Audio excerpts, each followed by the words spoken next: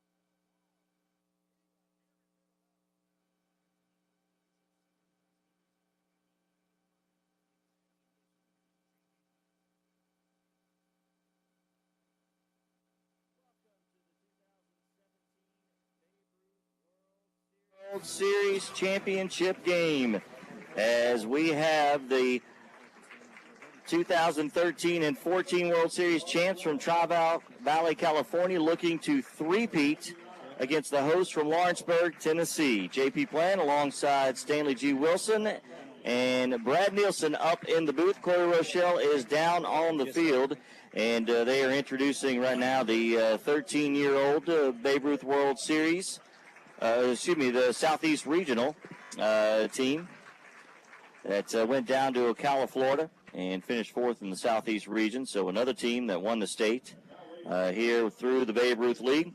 As we've got a fun game, we've got everybody that we thought or we hoped coming into this game here tonight that it was going to be the 2-1 seeds, Lawrenceburg and California, and they certainly have fulfilled that prophecy, as they are meeting here, both teams undefeated. As down on the field right now, some pregame festivities, including we've got the president and CEO of Babe Ruth Baseball International, Mr. Steve Tellefson, Ron's son, and getting a picture out there, and also the chairman of the board, Mr. Jack Wagner, and Dr. Bill Fontenot, physician here, who Southern Tennessee Orthopedic and Spine Center. He and his group do a lot, Stanley, for the youth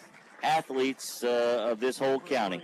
Sure does. And went down to Ocala, was our voice down there, and giving away the pins to all the kids that came back that participated in that Ocala match. So they're introducing the teams now for Tri-Valley, California.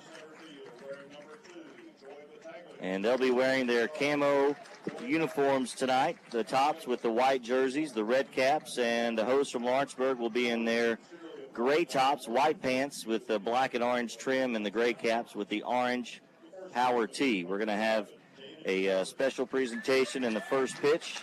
Ceremonial first pitch going to be thrown out by our state representative, Mr. Barry Doss. As they continue to introduce the starting lineups, let's get our umpires today. The home plate umpire and the crew chief, Tommy Sewell. At third will be Jim Mulgrew. At second base tonight will be Patrick Moore. At first will be Bobby Smith.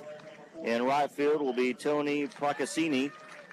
And in left field will be Lawrenceburg's own Clint Wright. So all six umpires will be in action today for this World Series championship game. Our starting lineups. First, for the visitors on the scoreboard from Tri-Valley, California, just outside of Oakland, California. Leading off and playing third base today will be Trevor Jackson. Joey Batalega will bat second and is in center. At first and hitting third, Jalen Shepard. Batting cleanup and playing shortstop today is Corey Steinhauer. Batting fifth at second, Luke Pavalvi. Batting seventh and playing left field, Shane Kinsilla. Batting eighth and playing catcher, Matt Sugden. Batting ninth, and actually batting eighth is Josh Anderson at first, and batting ninth, the right fielder, Patrick Gallagher. Substitutes for Tri-Valley, California, DeAndre Aaron, Brad Kuchar, Troy Nasser, and Evan Chevalier.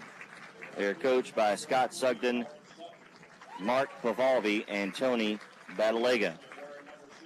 For the hosts for Lawrenceburg, Tennessee, they will be the home team today. Unlike 2 years ago against Westchester, California, Lawrenceburg will be the home team. They will lead off with Hayes McNutt playing second base. Blade Tidwell, who picked up the win last night, is at short, hitting second. Batting third and right, Lawrence Sutton. Hitting cleanup, Caden Howard moves up to the fourth spot. He's at third. Walker Brown moves back to the fifth spot. Catching today for Lawrenceburg, Gunnar Dixon will bat sixth. He is at first. J.D. Bedford in center, batting eighth. On the mound for Lawrenceburg will be Brady Huntley. He bats eighth. And batting ninth in left field will be Jeremiah Cottrell. Substitutes for Tennessee, Matt Gamble, Luke Stoffel, Jacob Garner, Adam Goss, and Logan Parrott. They are coached by Vashawn Tidwell, by Michael Garner, and by Josh Purcell. All right, so we are about ready for our ceremonial first pitch. Let's listen in to public address announcer Bill Phillips.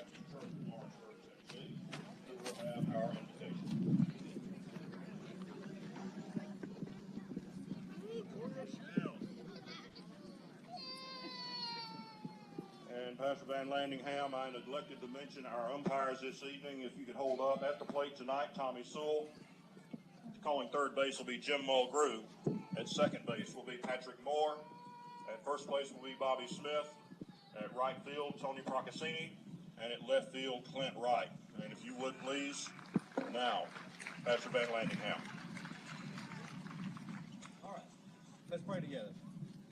Father God, you have blessed us with such a tremendous week. We've made new friends. We've certainly had a great time. God, thank you for the safety that you've given to the players, the coaches, the families as they've been traveling back and forth. God, thank you for the gift of life that we can enjoy this together. Father, I pray for a great night tonight, a fun night, a challenging night, a night where we're all going to learn a lot. And I look forward to that. Pray for safety for all these teams and families as they travel back home. And God, we thank you for your blessings. Most of all, God, we thank you for Jesus. We thank you for the opportunity we have to know you through him. And it's in Jesus' name we pray. Amen. At this time, ladies and gentlemen, would you please rise and remove cover as we recite together the Babe Ruth Code. The Babe Ruth Code. Develop a strong, clean, healthy body, mind, and soul.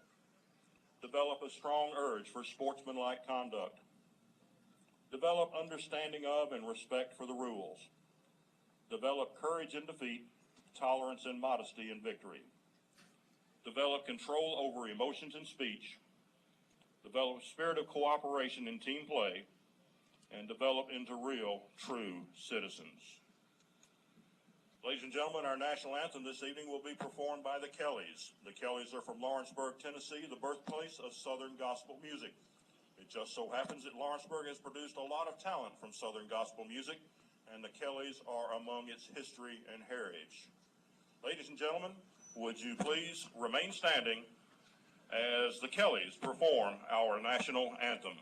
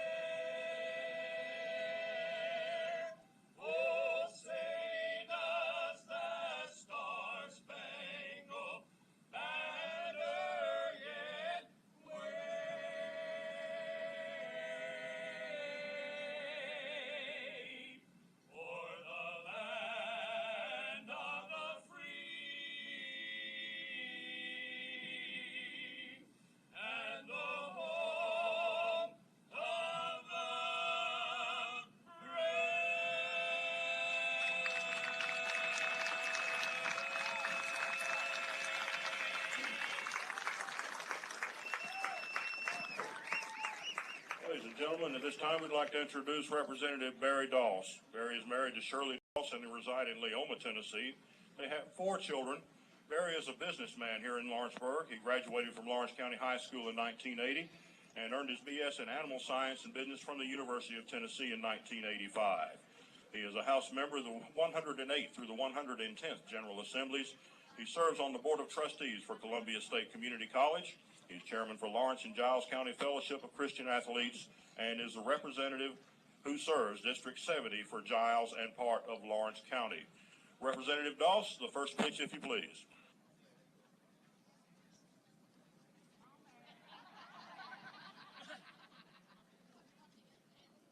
And Dr. Fontenot as well. If you were here last night, that was much improved over what we saw. Gentlemen, thank you very much. Players, let's have a good game. Officials, let's also have a good game. And let's play ball. All right, let's play ball indeed. We are moments away from first pitch of the 2017 Babe Ruth World Series championship game. We will take a quick timeout, be back with that to Lawrenceburg after this. You're listening and watching the 2017 Babe Ruth World Series live on Exports TV and the Exports Radio Network. Van Vickle Insurance is now stronger together with Elliott Insurance. Expect the same great service with now even more experience to find the right fit for our clients by offering multiple company options to serve their coverage and pricing needs. More experience, more options, more coverage. Van Vickle Insurance now with Elliott Insurance. Two trusted names, stronger together. Call 931-762-5555. Van Vickle Insurance is now Elliott Van Vickle Insurance. We are the solution. This is Cam Ashburn with Mashburn's Collision Center. You want convenience? We offer free mobile estimates, free vehicle pickup and return, and status repair updates. You want speed? Our average repair time is 2 days lower than the industry average. Maybe it's peace of mind you're after. We are the only collision center that offers a lifetime warranty and a satisfaction guarantee. We are family owned and operated since 1981. Mashburn's Collision Center, Lawrence County's premier collision repair facility. This is the 2017 Babe Ruth World Series on the Exports Radio Network. Share the link of this actual game. Welcome back to Denver Track Field in Lawrenceburg, the site of the 2017 Babe Ruth World Series, as we are getting ready for action between Tri-Valley, California, and the hosts from Lawrenceburg, Tennessee. Let's get a report from the dugouts, and let's go down to the field and Corey Rochelle. Well, JP had a quick little talk with Coach Batalega from Tri-Valley, and just I wanted to see where he was pitching-wise, and he said it's all hands on deck for them. The only kid that can't pitch is Kinsella from last night. He did like the way his pitching was set up, and over here in the Lawrenceburg dugout, it's the same thing. You know, even though we had to burn 1 and 2 last night, we like the fact that Huntley's on the hill today. Huntley's a gamer. That's coming straight from Coach Tidwell. Said, you know, he's savvy. He'll get in there, and he'll give us a great outing today. All right, thank you very much, Corey. Well, Stanley Wilson and Brad Nielsen Stanley Wilson, Brad Nielsen. Yeah, you guys sound a lot alike there. Sorry about that, guys. Up in the booth, your thoughts looking ahead to this game. Lawrenceburg, a lot of people weren't quite sure what to expect, but they're here undefeated, as is California, the defending champs. I know the locals got to be excited about this. Oh, yeah, and as I've been saying throughout the whole series, we didn't know what this team had until they got here back to Lawrenceburg.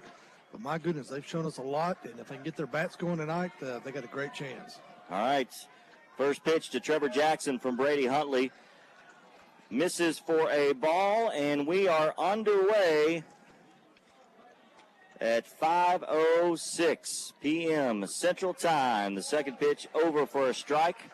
1-1 the count. Lawrenceburg in their gray tops with the orange numbers and letters trimmed in black of the white pants. That pitch is lifted into left field, and a diving catch by Jeremiah Cottrell.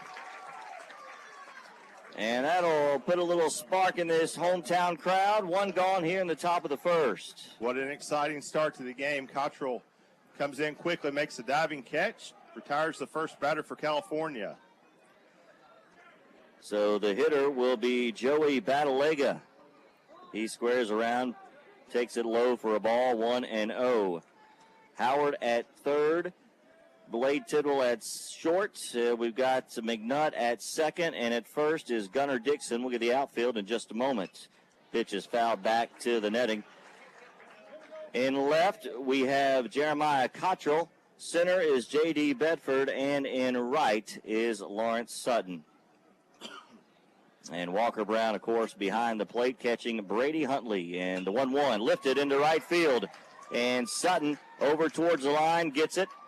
And Joey Batalega going to go for two. The throw not going to be in time. Well, Sutton lost his footing out there. Got in foul territory. The ball landed fair, but it bounced over to the foul territory, and he lost his footing over there. So that gave him the chance to get to second standing up. Batalega is a very smart base runner. Saw him go first to third a couple of different situations last night. Gets himself into scoring position on top of the first for California. Jeremiah Cottrell, the hitter. Excuse me, Jaden Shepard. Cottrell out and left with that great play. Got a lot of things going on. It's a championship game, guys. Got a lot of folks here, too. Hey, guys, one thing you got to pay attention to today, the wind is blowing in and from the right field strong, and the sun is a factor. The 1-0 from Huntley misses for a ball. 2-0 to Jaden Shepard. Shepard was the hitter last night that came up with a big hit in the late innings for California to tie the game up. The 2-0. That's over for a strike. 2-1. On deck is Corey Steinauer for Tri-Valley, California. Batalega at second with a one-out double, I guess. That pitch is high. 3-1. Stretched it. He made that happen. So 3-1 to Shepard. Huntley from the stretch. Looks in. Here's the pitch. Line drive into left field. And coming in is Cottrell. Had him played spot on for the second out of the inning. So some hard hit balls by California here today. But right at a couple of outfielders. And the shortstop, Corey Steinauer, with 2 outs, will step into the batter's box to the left side with Batalega at second. 2 nice plays by the left fielder, Cottrell. Left side of the infield, and left fielders will be battling the sun the early innings. Wheel around by Huntley. We welcome those watching on X Sports TV and those listening on X106 WTNX and the X Sports Radio Network locally in Lawrenceburg. That pitch misses low for a ball, 1-0. Also available on the TuneIn Radio app. Just search for X106. The 1-0. Lifted into right center field. That could be trouble. Going back, Sutton unable to make the play. Rounding third is Batalega, and in with an RBI double.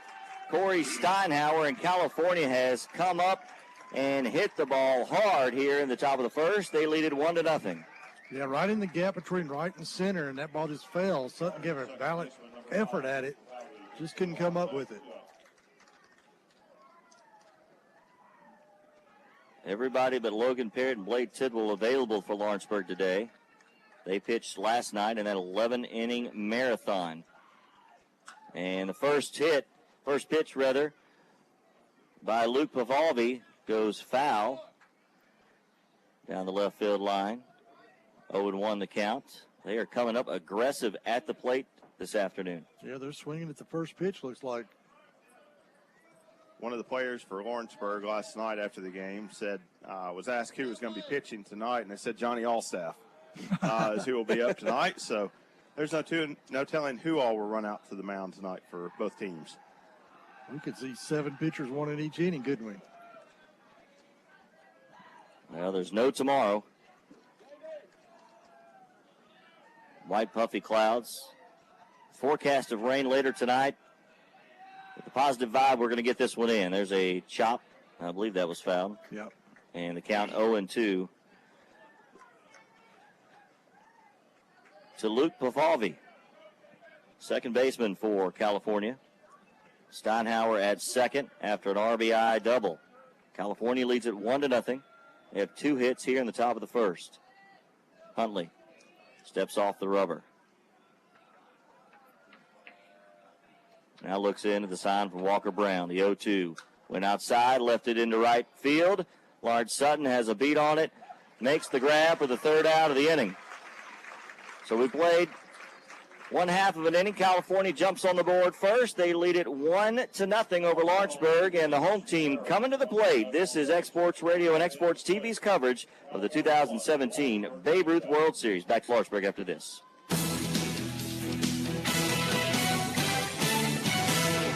Sheila Frisbee at Title and Escrow, serving Lawrence, Giles, and surrounding counties, provides their clients with residential and commercial closings for both the buyer and the seller. Sheila and her staff have more than 100 years of experience in real estate closings as well as title insurance. Put the most experienced closing team on your side. Sheila Frisbee at Title and Escrow, where the T and E also stand for timely and efficient. Sheila Frisbee at Title and Escrow, proud sponsors of local and regional sports. This is the 2017 Babe Ruth World Series on the Exports Radio Network. We head to the bottom half of inning one, and Lawrenceburg trailing the host from California. 1-0 your score. J.P. Plant, Brad Nielsen, and Stanley G. Wilson in the booth. Corey Rochelle down on the field. Let's take a look at the Lawrenceburg lineup. Hayes McNutt, followed by Blade Tidwell and Lawrence Sutton. Then Caden Howard, Walker Brown, Gunnar Dixon, J.D. Bedford, Brady Huntley, and Jeremiah Cottrell. The defensive alignment for Tri-Valley, California. At third base will be Trevor Jackson. At short, Corey Steinhauer. At second, Luke Pavolvi. And Jaden Shepard is at first. The outfield is Consilla, Batalega, and Gallagher. Matt Sugden is your catcher. And Josh Anderson will be the pitcher for Tri-Valley, California in this World Series championship game. Hayes McNutt steps into the batter's box on the right side. Lawrenceburg in their gray jerseys, black numbers and letters with the orange trim. White pants and the gray, black, and orange stripes on their socks. That one's fouled away. 0-1 the count to Hayes McNutt, the leadoff hitter for Lawrenceburg. We got a breeze blowing straight towards left. The 0-1 just missed outside, 1-1.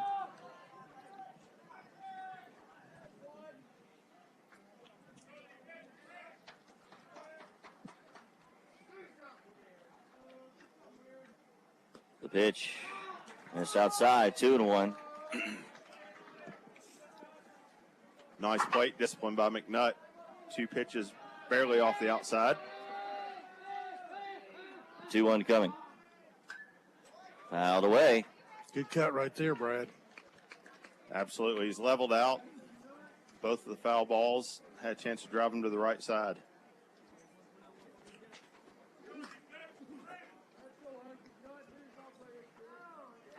So 2-2 the count to leadoff hitter Hayes McNutt. Lawrenceburg trailing 1-0 to California. The pitch. Round to the right side. And Shepard going to try to beat him, and he does not. Hayes McNutt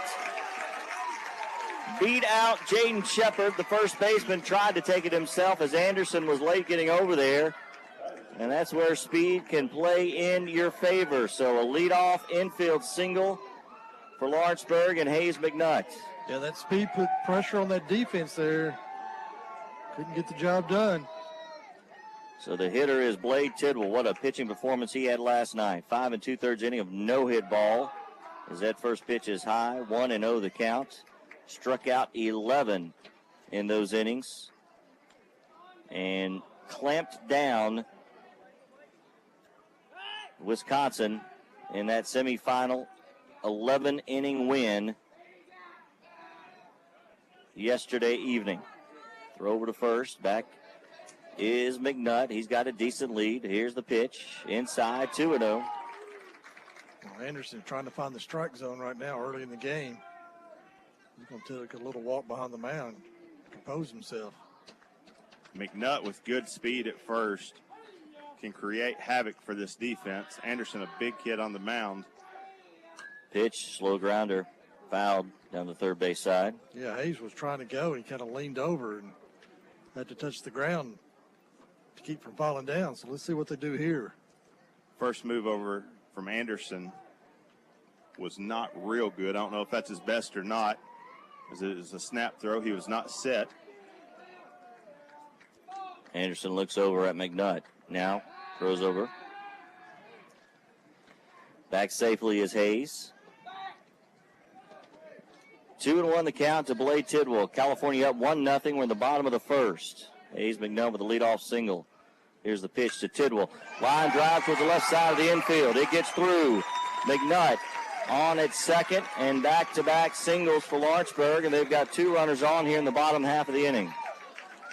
Good sign for Tennessee. 2 batters into the game. There's going to be action in the California bullpen. That didn't take long, and Coach Badalega coming out to talk to his pitcher, Josh Anderson. And Evan Chevalier will be the pitcher warming up for California. That was really a nice at-bat by Tidwell. Very slow breaking ball over the inner half. Stayed back, kept his hands behind him, and able to rip it through the left side. So Badalega, Coach Badalega, finishes his conversation with his pitcher, Anderson. And Lawrence Sutton strides to the plate. 7 for 17 here at the World Series. He's cooled off, still batting .412. Yeah, he's and he's in a slump. Tells you how hot he was early. Might be like 0 for 9 for the last 9, I believe.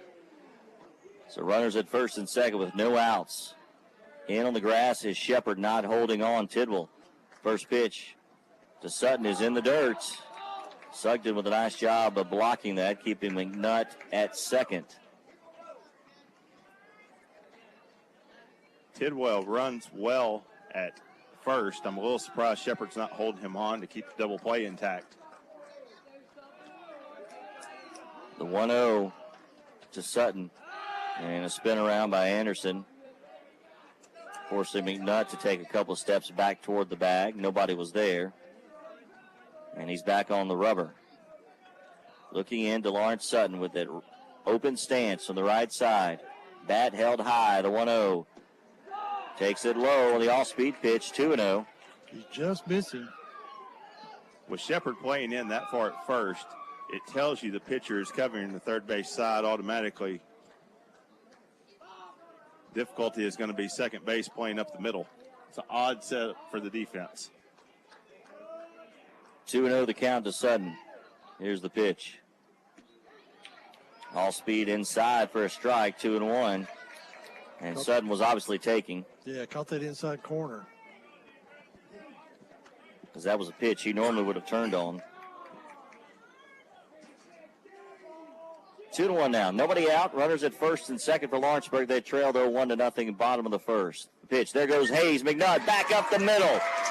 McNutt rounding third. He's going to score. Tidwell stops at second, and we're tied at 1. 3 batters have come to the plate for Lawrenceburg, and all 3 have reached safely with a hit. Well, the slump is over for Lawrence Sutton. Right back up where it came from, right in the center field. And with Hayes McNutt running on the pitch, he scored easily. So nice piece of hitting there by Lawrence Sutton. And that kind of takes the pressure off of trailing. They've tied it back up. And the batter is Caden Howard, who moves up into the cleanup spot for the first time in this World Series this afternoon. First pitch to him coming. It's a strike on the outside edge, 0-1. Guys, if Caden reaches base, Anderson's gone. As Chevalier is finished with his warm-ups, he's heading back towards the dugout. Yeah, there's a short leash probably for everybody on the mound today. There is no tomorrow. And a spin around, making Tidwell dive back, get his jersey dirty. Third baseman playing deep.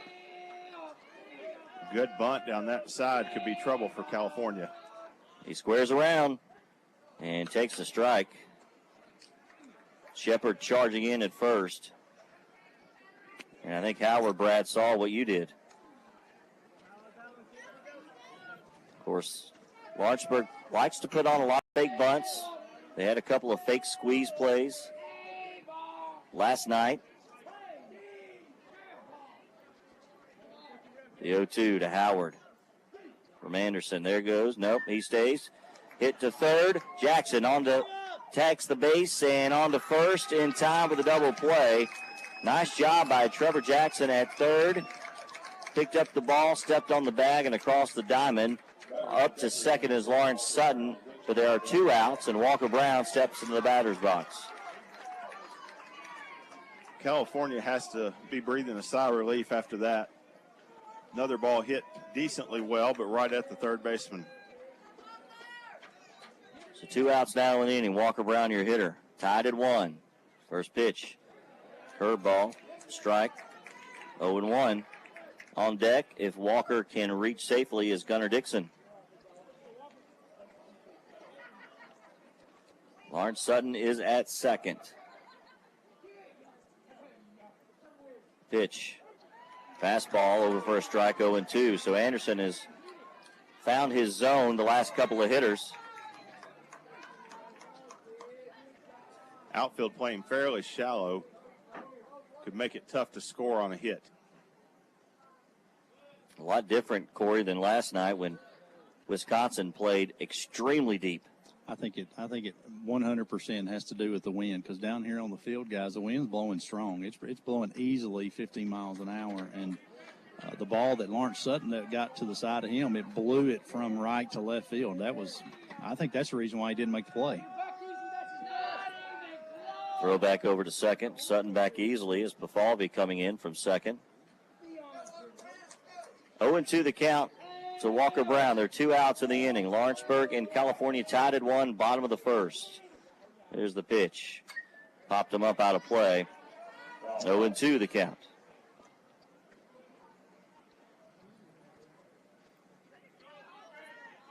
So an early start, 5 o'clock here this afternoon.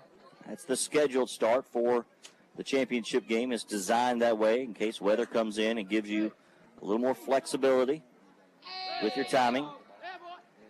The 0-2. Just missed outside. 1-2. There's that waste pitch. Set up on the outside, making him try to fish for it, but didn't go for it. It's pretty good discipline there by Walker. It's tough to take. So 1-2 count coming to Walker. The pitch. Nearly hit him. He tried. Yeah. And it's 2-2.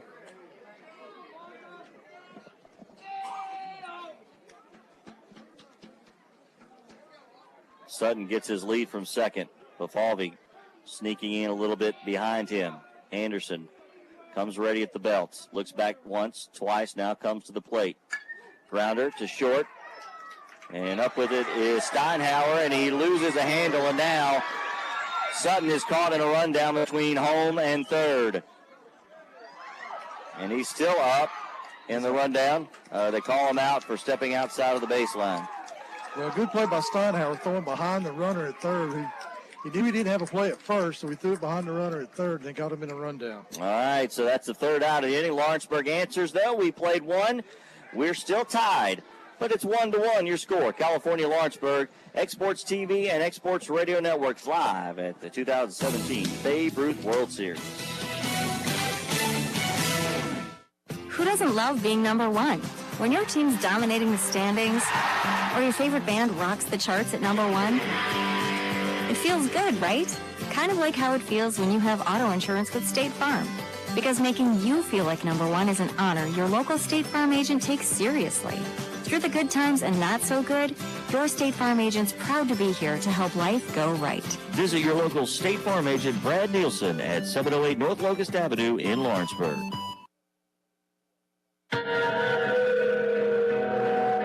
Valentine Enterprises in Main Street, Lawrenceburg would like to congratulate all the Babe Ruth teams from across the country that have made their way to Lawrenceburg, Tennessee in the 2017 Babe Ruth World Series. Main Street Lawrenceburg supports many revitalization projects to maintain and grow a healthy community spirit. Gerald Valentine Enterprises in Main Street, Lawrenceburg wish every team the best of luck during the 2017 Babe Ruth World Series in beautiful Lawrenceburg, Tennessee. This is the 2017 Babe Ruth World Series on the X Sports Radio Network. We played one inning. We're tied at 1. California and Lawrenceburg, Tennessee. The Babe Ruth World Series championship game. Denver Trap Field. J.P. Plant, Stanley G. Wilson, Brad Nielsen up in the Parks Lumber Perch. Corey Rochelle down in the dugout. Brian Gobble doing social media for us this afternoon. Brady Huntley back on the mound after giving up 1 run on 2 hits. Lawrenceburg 1 run on 3 hits in that first. And during the break, Stanley and I were talking about the base running by Lawrence County. Sutton made a heads-up play early on that sequence. He slowed down in front of the shortstop Steinhauer, jumped over the ball, causing him to bobble it. But then when he rounded third, allowed that to be taken away. But on 3 hits, Lawrence County ties it. the first hitter, Shane Kinsella, facing Huntley, takes a strike on the outside edge, 0-1 the count. In 1 inning, we've got 2 runs on 5 hits for both teams, so we could have one of those double-figure games. Ball's lifted into shallow right field. Going back is Dixon, and it falls. I think he thought McNutt called him off or heard him. I don't know if he would have called it. That's a miscommunication right there. Got to get on the same page. Corey, did you hear anything down there? I can't hear him call it this headset on, but I do want to elaborate on what Brad was talking about. When Sutton rounded third, Bashan was telling him to go. And I felt the same way at the time of the play. It looked like the shortstop was still going to throw it to first. So we were just trying to steal a run right there. Yeah. You're aggressive base running, and that's what they typically do. And, it was just a heads-up play by Steinhauer. That's right. Yeah, it was just a great play by the shortstop for California. We got to remember, guys, it's the first inning. Yeah. And as Kinsella's at bat, Batalega in the California bullpen. So strike 3 on the high fastball by Huntley. His first strikeout as Kinsella goes down.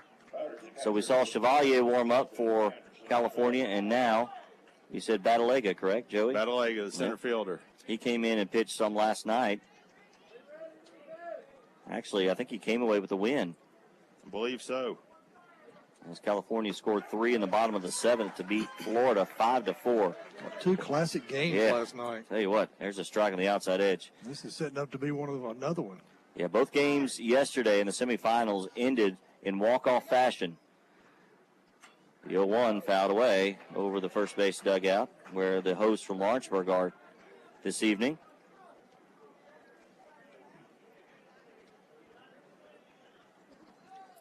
Second game ended at 12:10 a.m. Central this morning, I should say.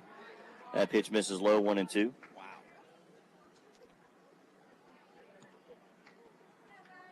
Was that wow because it was late, Corey? Is that what you're saying? I thought that was a strike there, guys. It caught the plate. The 1-2, swing and a miss. There's a strike.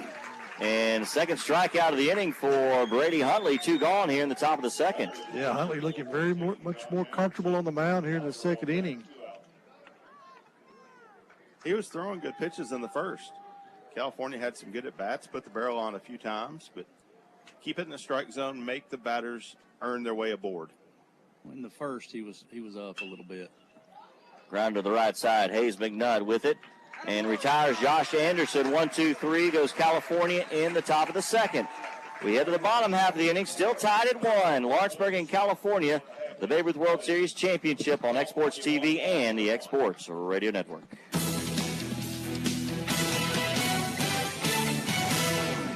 Dude, you look different. Well, my body is glowing gold. No, it's not that. Did you get a new shirt? No, I joined the Fuel Rewards program at Shell and got instant gold status. I save 5 cents a gallon on every fill every day. No, did you lose weight?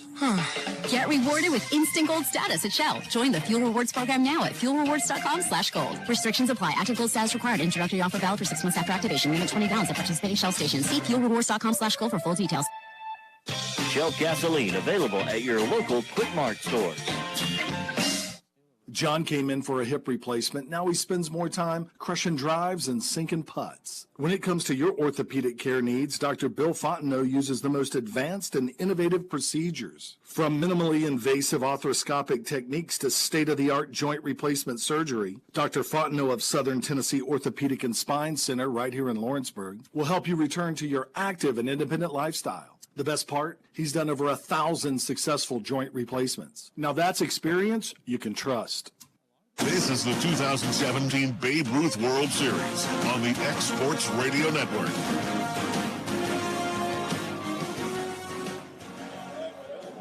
Bottom of the second we go. Lawrenceburg in California, the World Series championship game from Denver Track Field. We're tied at 1. J.P. Plants and Stanley G. Wilson, Brad Nielsen up in the Parks Lumber perch. Corey Rochelle down in the dugout as we head to the bottom of the second.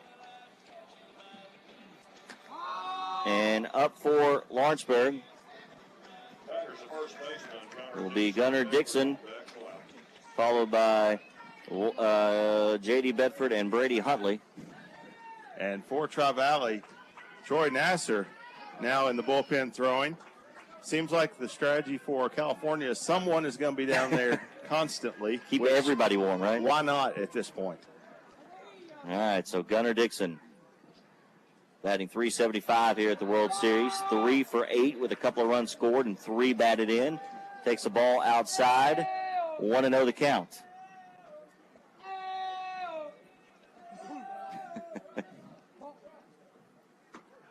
Pitch misses inside. We've had 3 pitches about the same location there. I'm surprised no one has leaned into it yet.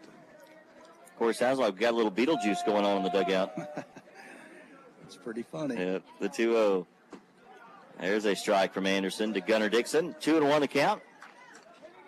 Looks like the Lawrenceburg hitters are trying to work him until they get a strike. He's falling behind 2-0 now. He's at 2-1.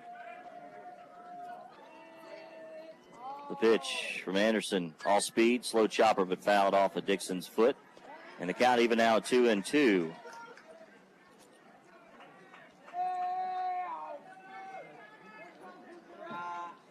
Who's leading the chants down there, Corey? That's Matt Gamble. That's the loudest. The 2-2. Outside, 3-2. Nobody on base. And no outs.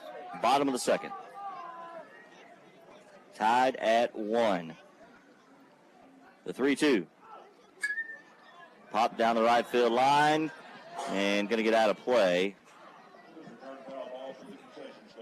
And, of course, if you're watching us on our YouTube page, X Sports TV, there's a live chat there. Let us know where you're watching from. We want to hear from you. Payoff pitch, swing and a miss. And a little off speed there by Josh Anderson gets his first strikeout. And Dixon is retired. That'll bring up J.D. Bedford, who scored the winning run last night. And he led off that inning with a single. Was the Ron Telfson player of the game. That was his second this week. There's a strike. 0-1 the count. He's batting 4 for 13 with a .308 average.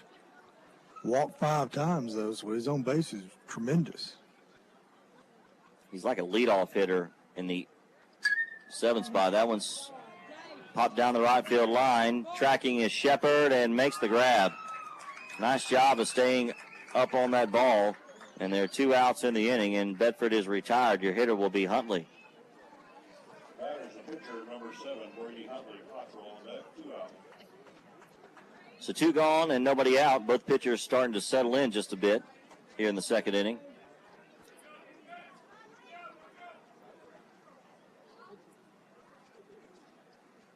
Curveball comes in there for a strike.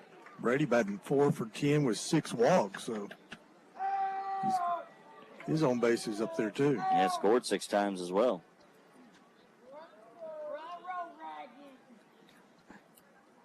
There's a ground to the left side of the infield. Up with it is Steinhauer over to first. In time by a step. And 1-2-3 goes Lawrenceburg in the second. We play two, still tied at 1. The Babe Ruth World Series championship game, California and Lawrenceburg, Tennessee, on the Exports Radio Network and Exports TV.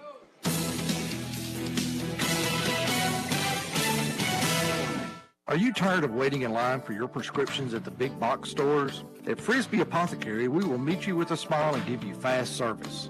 We are local and have been in business for over 40 years.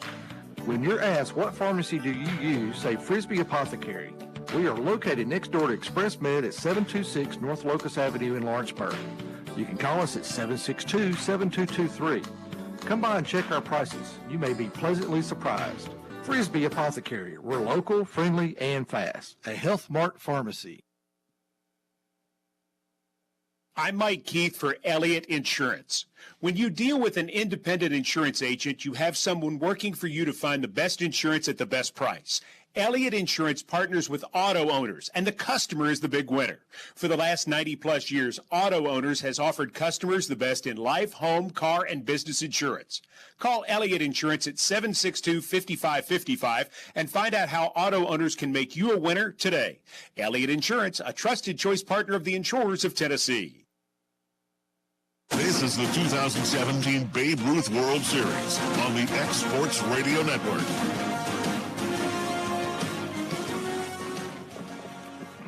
We're back in Lawrenceburg, top of inning number 3, still tied at 1. Lawrenceburg in California. J.P. Plant, Stanley Wilson, Brad Nielsen, and Corey Rochelle with you. And Brady Huntley back on the mound. He has thrown 25 pitches in the first 2 innings, had a short second. And it'll be Patrick Gallagher, the 9-hitter, then top of the order, Trevor Jackson and Joey Battlelega for California here in the top of the 3rd. Huntley winds and deals. First pitch is low for a ball, 1-0. Good crowd here. We even got guys up on the top row in the Tom Cruise field. Folks continuing to pour in, getting off work and heading this way. That's right. That pitch is low, 2-0. Just in the top of the 3rd, so you got plenty of time. And there are a few seats available. There's plenty of room, though. Some standing room areas. That pitch is low, 3-0.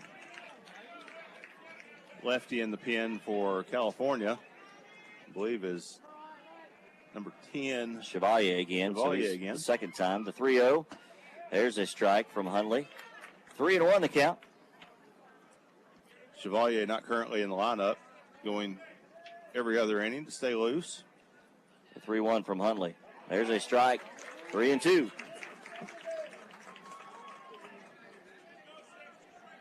So Huntley's battled back to Patrick Gallagher. The right fielder, he calls time. And steps back in the box. Swing and a miss. Just a piece of it. Walker Brown shaking his head. Thought he should have had that one. And it's full. No outs. Top of the 3rd. Huntley, the pitch. It's high and a leadoff walk to Gallagher. And California with a runner at first in a tie ball game here in the top of the 3rd. So this is where it's going to start to really become strategic on the pitching for both coaches as they cycle through the lineup the second time. How many times are you going to allow the batters to see the same pitcher? Trevor Jackson, flied out, a hot shot line drive to left. Cottrell came charging in to steal one away. Is at the plate, 0 for 1. The first pitch, he's tried to lay down the bunt, squared around, missed it, and it's 0-1.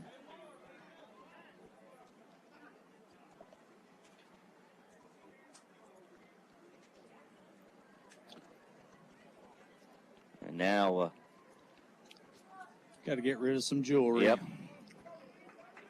Can't have any necklaces on that's not standing, taped to your body? Is that right? Taped to the body. That doesn't sound like any fun. No. Taking it off sounds like a little bit. Yeah, that's what I'm saying. The 0-1 coming. And stepping off the rubber. I don't even like to pull Band-Aids off. No. Jackson steps back in with an open stance on the left side. Throw over to first. And back easily is Gallagher. Yeah, Sutton playing over toward the foul line. They're playing a little shady to right and center. Bedford is. Again, throw over.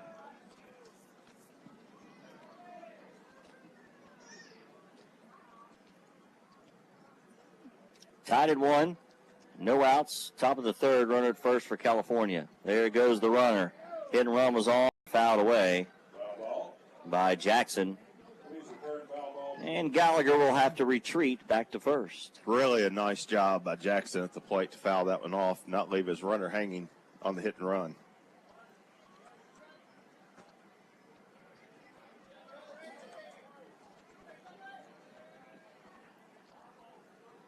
So 0-2 the count to Trevor Jackson.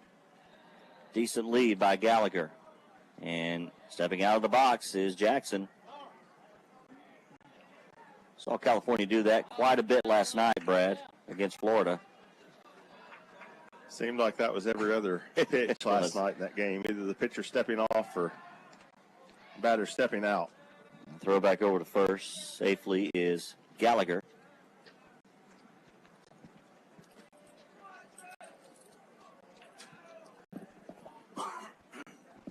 Here's the pitch. A little high, 1-2 now to Jackson. California advanced to the championship game by way of winning their pool, getting a first-round bye in bracket play, knocking out Sarasota last night. For Lawrenceburg, they also went undefeated in pool play, getting the bye and beating Janesville, Wisconsin. Ball's popped up, out of play. The way it should be. Both number one right here in the championship. And they both had Sunday as their off day. Yep. Came back and played Monday, the final day of pool play, got the wins, and then had Monday off with the bye. So schedule set up well for both of these teams. Of course, they earned a lot of that. And that pitch is high, 2-2. So with the third time in Lawrenceburg Babe Ruth's history, they're in a World Series championship. It's against a team from California. Throw over to first. So far, California is 2-0 in the head-to-head. This Tri-Valley team won as 13s and as 14s. That one's outside, and we're full 3-2, both times against the Bismarck, North Dakota team that was also here. Well, the 78 World Series, California won it, and then, as you said, they won it in 2015, and here they are again in the finals. Ball's lifted up in the shallow center, and up's going to stay in the infield, and caught by Blade Tidwell at the edge of the grass.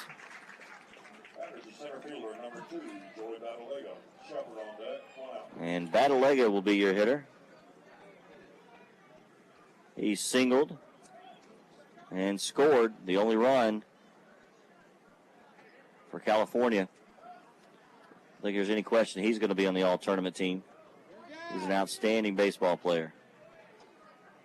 1 out. Grounder. And Dixon gets the out at first and did a nice job. Fell down as he slipped on the bag. Tried to throw to second to get the lead runner, but safe as it was wide. It would have been difficult. But there are now 2 outs and a runner at second. Blade Tidwell's cleat came off. He's going to put that back on. So fielder's choice in the second out of the inning.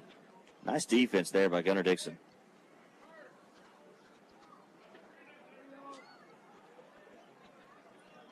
That'll bring up Jaden Shepard.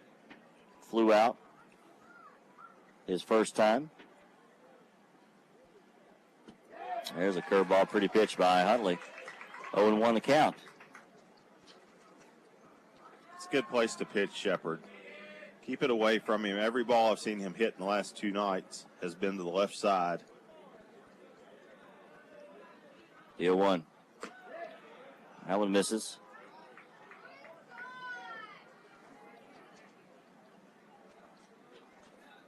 Count even at 1-1 to Shepard. Runner at second for California. We're tied at 1, top of the third. World Series championship game on Exports Radio Network and Exports TV. The 1-1. There's a strike. 1-2. You have to be out driving around and may not be coming here to the park. You got your tablet, your phone. You got the YouTube app. You can watch us.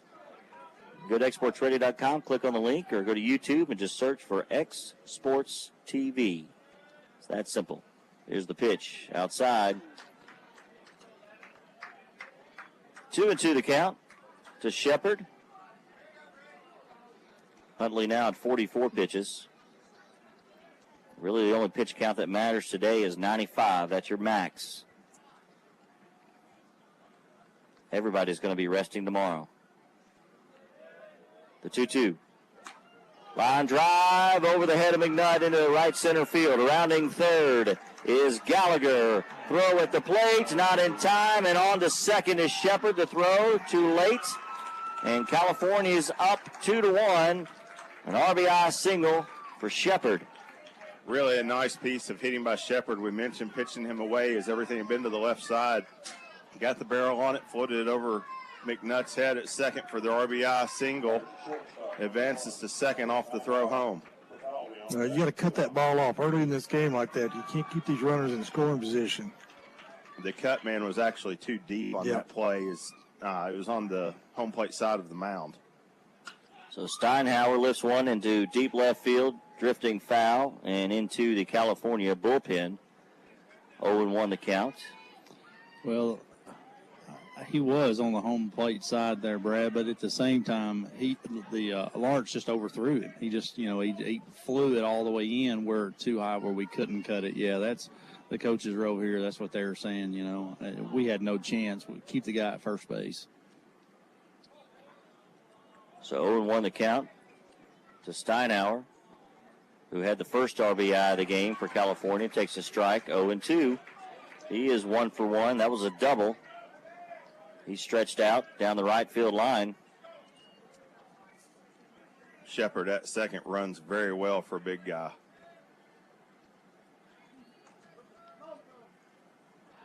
And Huntley swings around. Got Wendy from Janesville, Wisconsin, watching in. Had several from California that are watching. San Diego, I believe I saw one. Appreciate all of you guys. Let us know where you're watching this afternoon and evening. That pitch is outside, 1-2. You can comment on the live chat on the YouTube.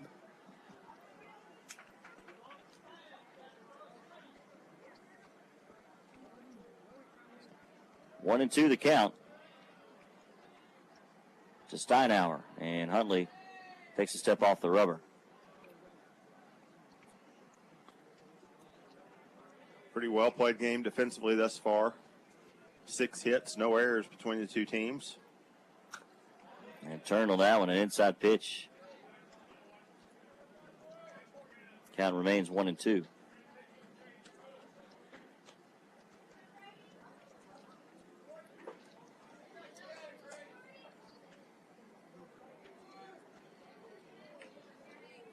Huntley looks back to second.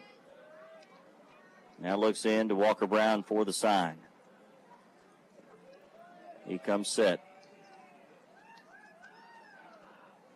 Swing and a miss.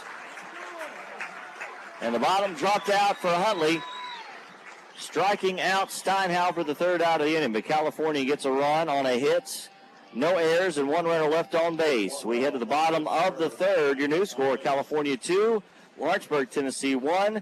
This is the Exports Radio Network and Exports TV live in Lawrenceburg at the Babe Ruth World Series.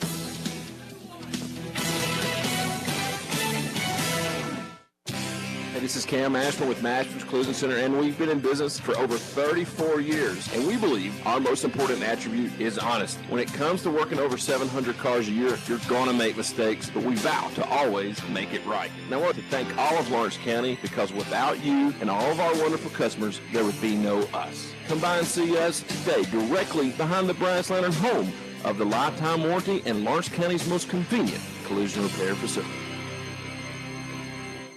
Sheila Frisbee at Title and Escrow, serving Lawrence, Giles, and surrounding counties, provides their clients with residential and commercial closings for both the buyer and the seller.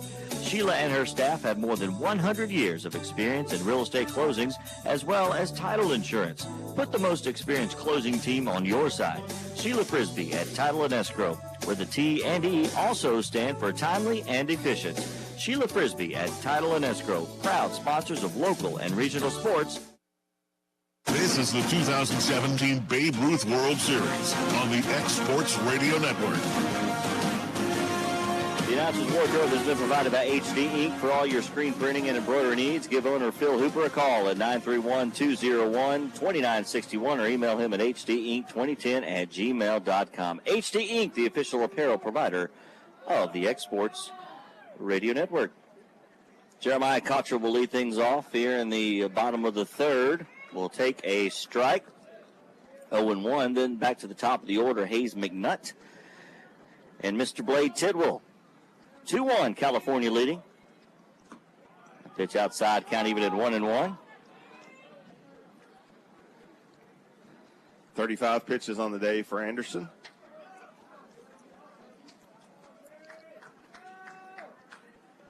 Here's the 1-1, all speed. Got Cottrell out in front of it. And the count now 1-2.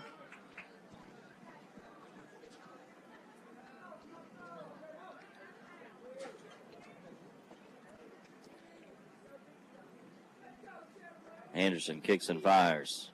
Swing and a miss. Went with a fastball. And Cottrell's retired. And I believe the second strikeout of the game for Anderson. Back to the top of the order, and Hayes McNutt, who singled his first time up and was stranded back in the first. Concessions are in full swing. Keep seeing a lot of food coming out here in the stands. Final day of the Babe Ruth World Series, game 25. There's a strike to Hayes McNutt on the inside edge, 0-1. Last chance to get that world-famous Count's Barbecue in the Kiwanis concession stands. Got the tenderloin sandwich, smoked bologna. I think they've got that today. It was good. Yep, and you've got all kinds of frozen treats. The Lions tent, Stanley. I hear the strawberry shortcake is a hot seller. Yes. On a hot day, nothing like a cold ice cream. Got Klondike bars, I think. The 0-2 just outside, 1-2. They actually had frozen moon pies earlier Oh, in the did they? week, but Oh, nice. They were gone before I got there. That's a southern staple. Go ahead, Corey. Sorry, JP. Anderson, the last couple innings, has kind of pitched backwards. He's just soft, and then when he gets ahead in the count, that's when he's used his fastball. He's kind of going backwards, and it's been effective. That pitch just drifts foul, so McNutt gets another chance. And Corey interrupting our food conversation up here. Good point. Talking baseball. I know. I had to end that. I was about to check out and go eat. I was wondering why, Stanley, they picked on you and they started pointing out the desserts. I know. 1-2 the count to Hayes McNutt. One out, nobody on here in the bottom of the third. 2-1 California over Lawrenceburg, the pitch. Oh, that hits him in the back. And McNutt will reach for the second time tonight. Any way you can get aboard today. I begged him last night to get hit because they threw at him all night on those inside curveballs, and he kept getting out of the way, and he finally wore that one. What do you call it, Corey? Willie Mays Hayes? That's exactly right. I told him, I said, listen, you hit another ball in the air, I'm going to make you do some push-ups. Well, you know, I'm old enough to remember his dad. Of course, Brent's 6 or 7 years older than I. And, you know, Brent, a lot of people don't remember Brent was a great baseball player, great football player. But Brent could absolutely fly. Yep. Of course, we all remember that football play at Stratford, running down Joe Campbell. But yeah, played at Lipscomb, played baseball. That pitch is high, 1-0, and was a part of that 1986, I believe it was, Babe Ruth team that went to the Southeast Regional, the senior Babe Ruth, that had Brent McNutt, Dwayne Snyder, had David Weathers, Jay Lindsay, and Mike Crane, many others. Forgive me if I'm leaving you out and you're listening out there, but there were a lot of A lot of good guys. That was a good baseball team. Brent and Dwayne both. Now, those two guys could hit. Yep. Tidwell 1 for 1 on the day. Ground ball through the left side of the infield. Last at bat.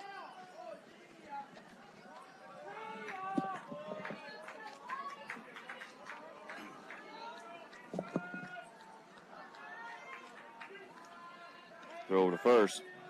They are concerned with McNutt over there.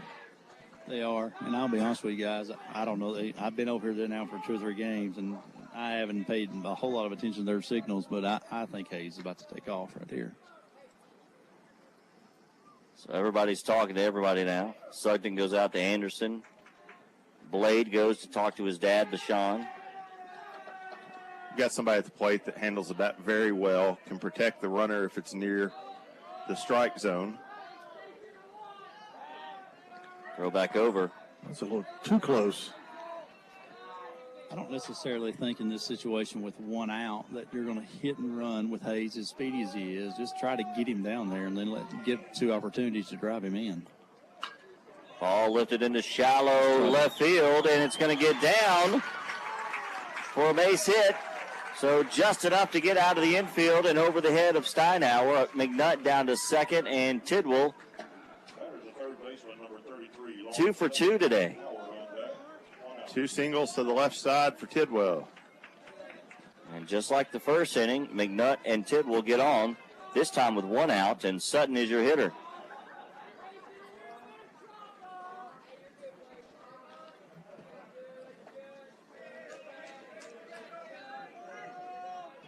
Just 1 out here in the bottom of the 3rd. California leading 2-1, but Lawrenceburg threatening.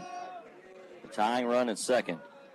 And time asked for as Anderson paying close attention to the speedy Hayes McNutt down at second base. I'm surprised that they had made a change with a revolving door. Guys going to the bullpen. I'm surprised. First pitch outside for a ball, 1-0. On deck is Caden Howard for Lawrenceburg. Corey, is the flag blowing straight in, or is it going to the left field foul pole? It's blowing in from the right field foul pole to about the tarp, which is down in the California bullpen. A throw back to second. It hits Hayes in a less than favorable spot. He'll be all right, though. The reason I was asking that, Corey, is it looks like the center fielder, Battlelega, is playing pretty shallow with the 3-hole hitter up. He is, and the left fielder's playing deep. The 1-0 to Sutton. All speed, hot shot to third, and back to second, double play. Trevor Jackson right to him and back to second to double up Hayes McNutt. Nothing he could do there, and a double play gets out of the inning. So Lawrenceburg threatens, but they leave them stranded. We played 3. California still up 2-1 over Lawrenceburg. This is Exports Radio and Exports TV's coverage of the 2017 Babe Ruth World Series Championship. We'll be back after this short timeout. Covering X Sports Nation. This is WTNX Lawrenceburg, a broadcast service of Prospect Communications. Who doesn't love being number 1? When your team's dominating the standings, or your favorite band rocks the charts at number 1, it feels good, right? Kind of like how it feels when you have auto insurance with State Farm. Because making you feel like number 1 is an honor your local State Farm agent takes seriously. Through the good times and not so good, your State Farm agent's proud to be here to help life go right. Visit your local State Farm agent, Brad Nielsen, at 708 North Locust Avenue in Lawrenceburg. This is the 2017 Babe Ruth World Series on the X Sports Radio Network. Interested in purchasing photos from the 2017 Babe Ruth World Series? Visit MacBrownPhoto.com or send them an email requesting your players or team to info@MacBrownPhoto.com. Mac Brown Photographers, the official studio of Exports Nation and of the 2017 15-year-old Babe Ruth World Series. Mac Brown Photographers, creating tomorrow's memories. We welcome you back to the Parks Lumber Perch at Denver Trapp Field. J.P. Plant, Stanley Wilson, Brad Nielsen, Coy Rochelle, Brian Gobble, Zach Wright back at the studio as we get ready for inning number 4. There's a little squibbler, and Dixon Can he tag him? He cannot. Sliding head first is Luke Pafalvi, and a nice play there by Luke. And just in the perfect spot for him to slide away, as it was just far enough inside the baseline that he was able to slide around and lead off infield single for California. That's the one time that, other than a high throw, I guess one of the 2 times where it's okay to slide to first base. Dixon holding him on. And a quick grounder. Howard stops it. Going to have to go to first. Unable to pick it up cleanly, but a big jump by Pafalvi. It would have been close at second anyway. So the runner at second with 1 out. And the hitter will be Sugden. That was Shane Kinsella, the fielder's choice there. Well, you wanted to get the lead runner there, but Howard couldn't come up with it cleanly. But he didn't panic, and he knew what to do. Went over to first base for the sure out. Now you got a runner in scoring position. Swing and a miss, off-speed pitch by Huntley. And 0-1 the count. 2-1 California over Lawrenceburg, top of the 4th. 1 run for both in the first, and another for California in the top of the 3rd. There's a line drive. Hayes McNutt Payback. Steps on the bag. Absolutely. Payback is right, Corey. There you go. A little redemption for Hayes McNutt. We head to the bottom of the 4th. Still 2-1 California over Lawrenceburg at the World Series Championship game in Lawrenceburg on Exports Radio and Exports TV.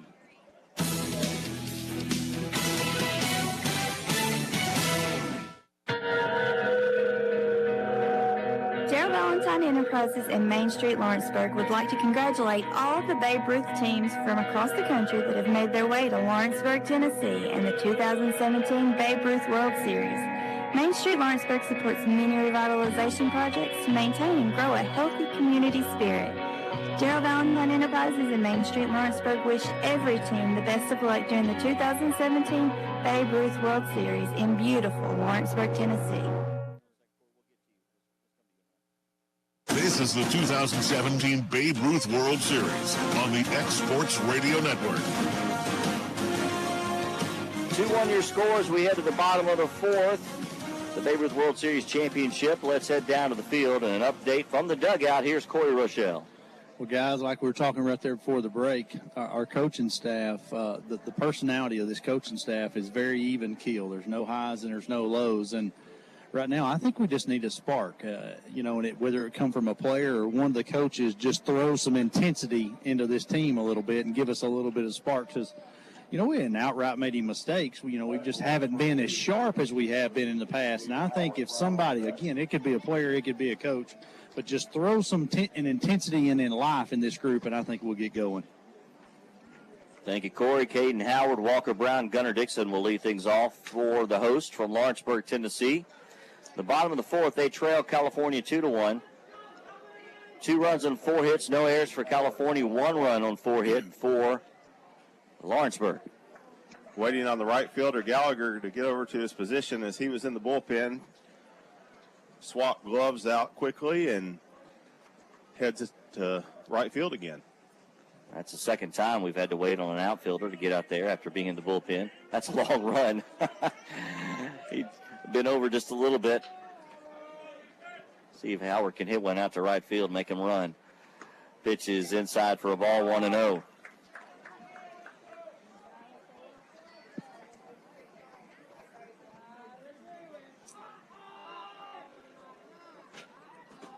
Pitch from Anderson outside, 2-0. Anderson with 45 pitches coming into this inning. 46, I should say. The hometown crowd just waiting for something to ignite them. 2-0. Lifted into left field, and back goes Kinsella. Hit well by Howard. The Kinsella had him played well for the first out of the inning.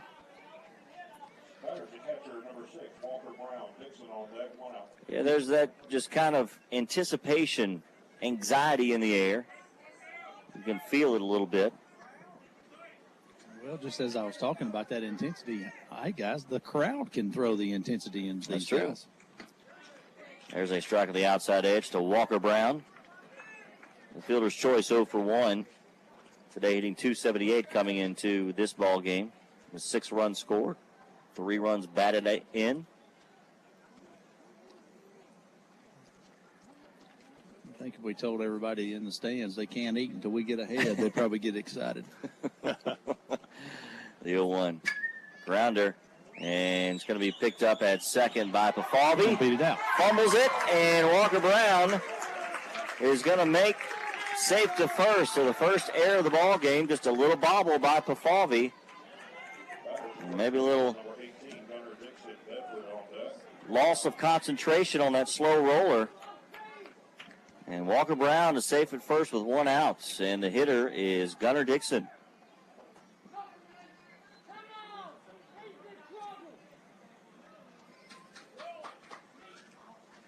The pitch. Hot grounder. Jackson scoops it up on to first in time. And there are 2 gone. And Brad, we saw a couple of hot shots to him last night that got through, allowing Florida to get the lead late in that ball game. He has been spectacular at third so far today. Absolutely. He's made 3 really nice plays. And frankly, a nice mental decision there not to go to second, trying to force the lead runner out. So 2 outs and J.D. Bedford, the batter, with Walker Brown at second. His fishing mate, his boat mate, as they are world champion anglers together down at Pickwick earlier this summer. See if he can help his fishing buddy get him home to tie this one. Time called.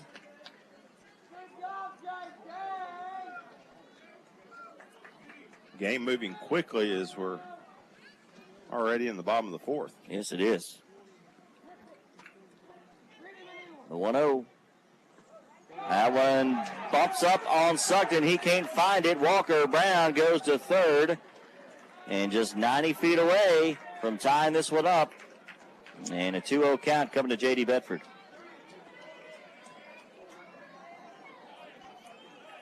Sugden went for the backhand, just kind of picked that ball, and he didn't get it, and it ran right up his, instead of blocking it, just ran right up his right shoulder and right behind him. The 2-0 to Bedford. That's high, 3-0. Our 2 outs. First base is open. On deck is Brady Huntley. Infield playing back with 2 outs.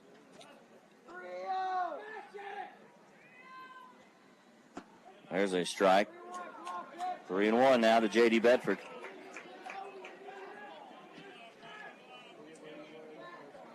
Big at bat for Bedford with 2 away, tying run 90 feet.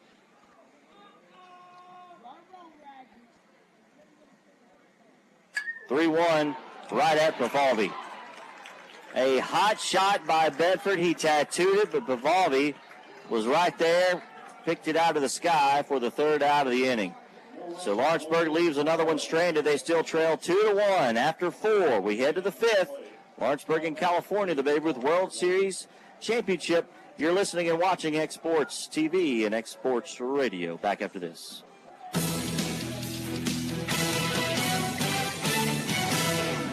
Mary, you're glowing gold. I know. I joined the Fuel Rewards program and got rewarded with instant gold status at Shell. And I save 5 cents a gallon on every fill every day. 5 cents a gallon? Wow. And gold is all the rage this season. Oh, yeah. Get rewarded with instant gold status at Shell. Join the Fuel Rewards program now at fuelrewards.com/gold. Restrictions apply. Active gold status required. Introductory offer valid for 6 months after activation. Limit 20 gallons at participating Shell stations. See fuelrewards.com/gold for full details.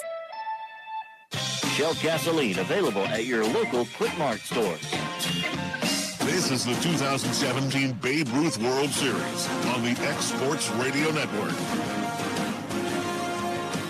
Welcome back to the 2017 World Series Championship game here in Lawrenceburg, Tennessee. We got a good one going on. California up 2-1 over the host Lawrenceburg.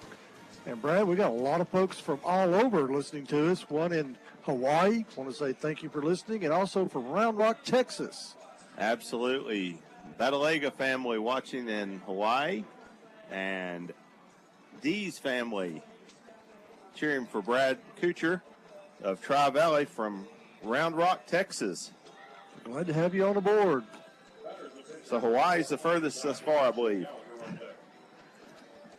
Somebody from Australia yet.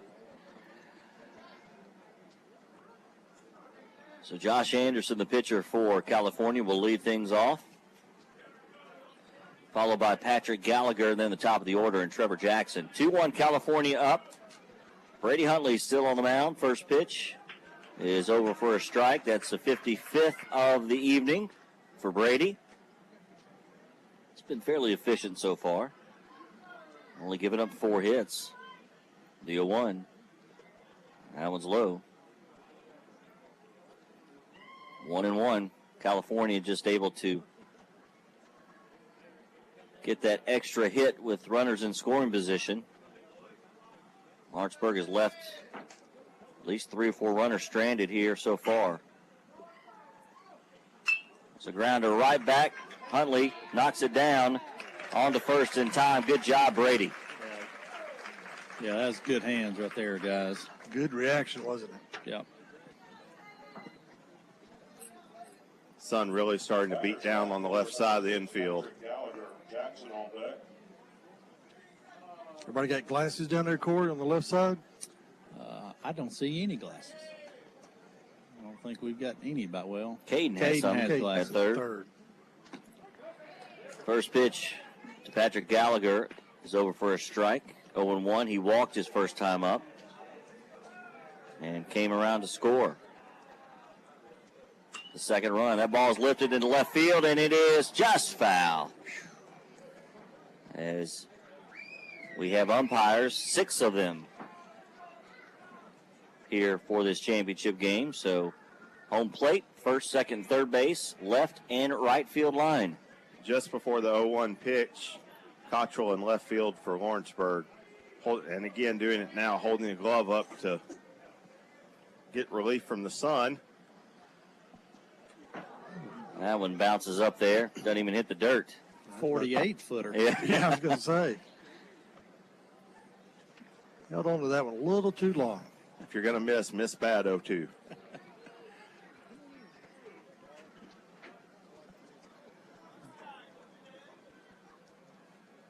The 1-2 coming to Gallagher. That one's low, 2-2.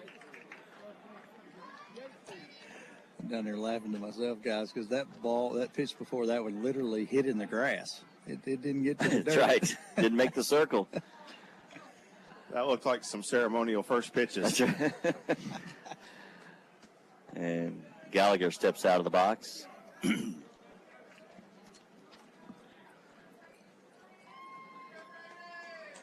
2-2. Fouled away.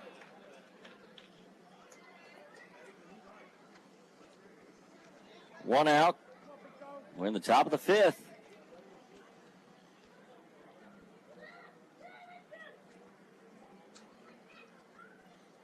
Two. Left side of the infield, and it's going to get through. Well, he kept slapping it that way. About 3 or 4 foul balls go that way. He finally got one into play and just went right by Tidwell.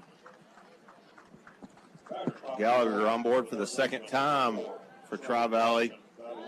Batting in the 9-hole, setting up the top of the lineup. 0 for 2 for Jackson. Throw over to first. A couple of flyouts.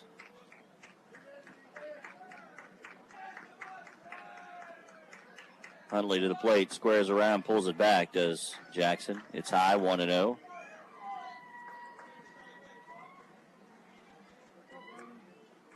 Corey, the stands filling up across the way. The stands are full over here behind me, and I got a good view down third baseline, and the only one that's not full is that very last section, and it's about half full. Okay. Guys, I'm telling you, we need some life. We need maybe the crowd, maybe. Pitch is low for a ball. We'll have the 5th inning stretch coming up. That's exactly what I was thinking. That might be the moment the Lawrenceburg faithful are waiting for. Whatever it takes, but I mean, I'm sure y'all can sense it up there. It's just kind of a Mom and Laurel. There's a strike, 2-1.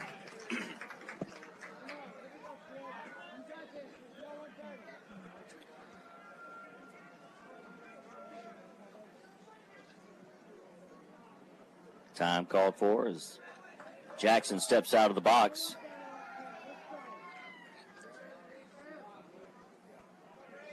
And Bashan Tidwell, coach for Lawrenceburg, is going to trot onto the field as he calls time.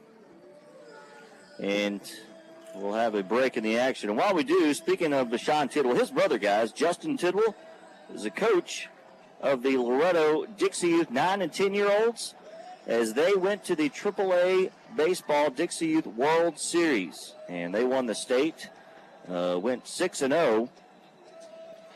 And as they made it to Oxford, Alabama, and first time in Loretto history that the city was represented in the World Series. Members of that team: Hayden Buttram, Anderson Atanine, Grant Fisher, Jackson Roberson, Tate Gamble, Colby Brown, Lane Dixon, Rayleigh Ellis, Nicholas McDowell, Noah Roberson, Cason Springer, Mason Tidwell. The coaches, as mentioned, Justin Tidwell, Brandon McDowell, and Kent Fisher. Yeah, as you mentioned, they were the host team. They won in the state tournament on their home field. Congratulations to that group. And, of course, other groups that have been recognized throughout the week, the 7 and 8 Dixie Youth, the AA, just the division below them, as that pitch is high, 3-1 from Summertown. They won the World Series in Cleveland, Mississippi. Had a couple of Dixie Youth softball teams do really good as well. Misses there. And runners at first and second. Badalega, the center fielder, stepping to the plate, 1 for 2 on the day with a single and a ground out. 1 run scored.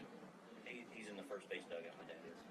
And with the second visit of the inning, there will be a pitching change coming for the team from Lawrence County. All right, so we'll take a timeout.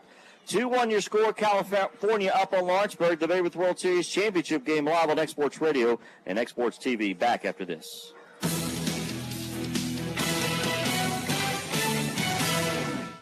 Ted came in for a shoulder repair. Now he spends his time playing ball with his 2 boys. When it comes to your orthopedic care needs, Dr. Bill Fontenot uses the most advanced and innovative procedures. From minimally invasive arthroscopic techniques to state-of-the-art joint replacement surgery. Dr. Bill Fontenot of Southern Tennessee Orthopedic and Spine Center will help you return to your active and independent lifestyle. The best part? He's experienced. Don't trust just anyone. Call Dr. Bill Fontenot, 762-4400. Are you tired of waiting in line for your prescriptions at the big box stores? At Frisbee Apothecary, we will meet you with a smile and give you fast service.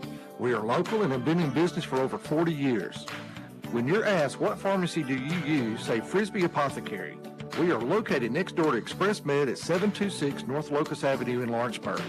You can call us at 762-7223. Come by and check our prices. You may be pleasantly surprised. Frisbee Apothecary. We're local, friendly, and fast. A Health Mart pharmacy. This is the 2017 Babe Ruth World Series on the X Sports Radio Network.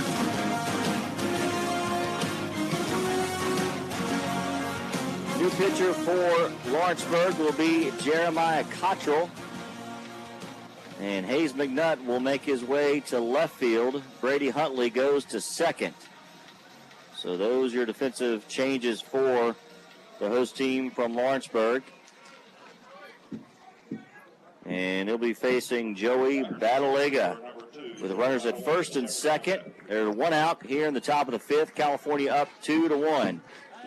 JP playing alongside Stanley Wilson, Brad Nielsen, and Corey Rochelle. Zach Wright back at the studio. Brian Gobble on social media.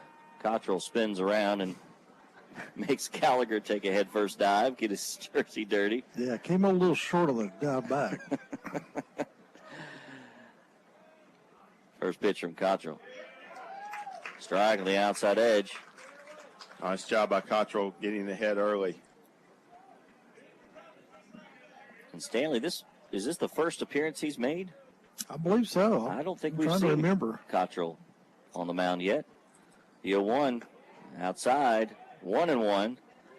He threw in a pool game. Okay. I'm thinking Wisconsin. Maybe he did. Maybe. Yeah. I know he came. Was that the game that Parrott started? Okay, that's right. And then I think Cottrell, I'm not sure how much he threw, but I know he did get in that game. The 1-1. It's low. Brown stops it, can't find it. And now the runner going to go to third. No throw. So Gallagher taking advantage. Staying at first is Jackson, and runners at the corners now with 1 out.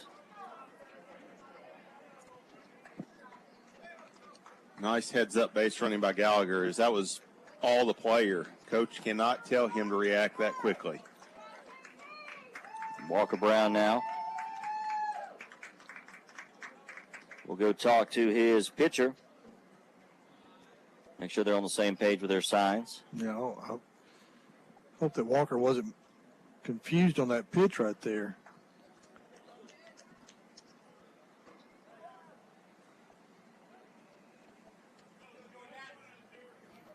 So 2-1 to Joey Batalega.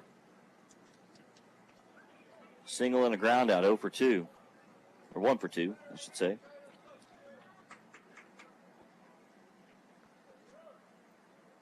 Pitch just outside, 3-1.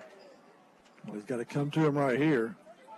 Batalega looking for a hole to put it in, and Lawrenceburg looking for a ground ball to turn a double play. Yeah, guys, to be honest with you, I'm sensing this. Whatever happens right here in this inning from the situation we're in, if we get out, it very well will be the spark we need, or it could, obviously put us in a worse spot. But this is a big spot in the game.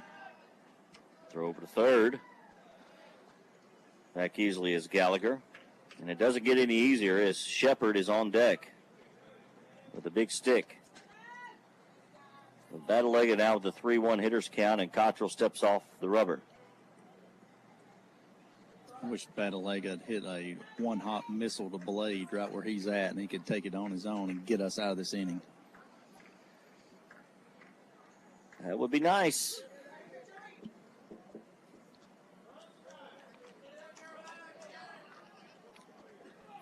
The 3-1 coming from Cottrell. Ground to the right side. Huntley up with it on to first in time. A run will score. Well, that was his only play to first, as his momentum was carrying him that way. Good effort to get over there and stomp the ball, and a nice throw to get the put out. Yeah, especially where playing, guys. He was pretty far up the middle there, and that ball was hit, not necessarily in the hole, but from where Brady was playing, he had to go a pretty good ways to his left just to get to it. So that pass ball allows a runner to get to third and then scores on the fielder's choice there. There are 2 outs, a runner at second, but it's 3-1 now, California. First pitch to Shepard from Cottrell over on the outside edge for a strike, 0-1. Give credit Batalega pulling that ball to hit behind the runners. Absolutely. Heads up baseball by Batalega, controls the bat, advances the runner to take a 2-run lead. We got 2 of our guys down in the bullpen warming up.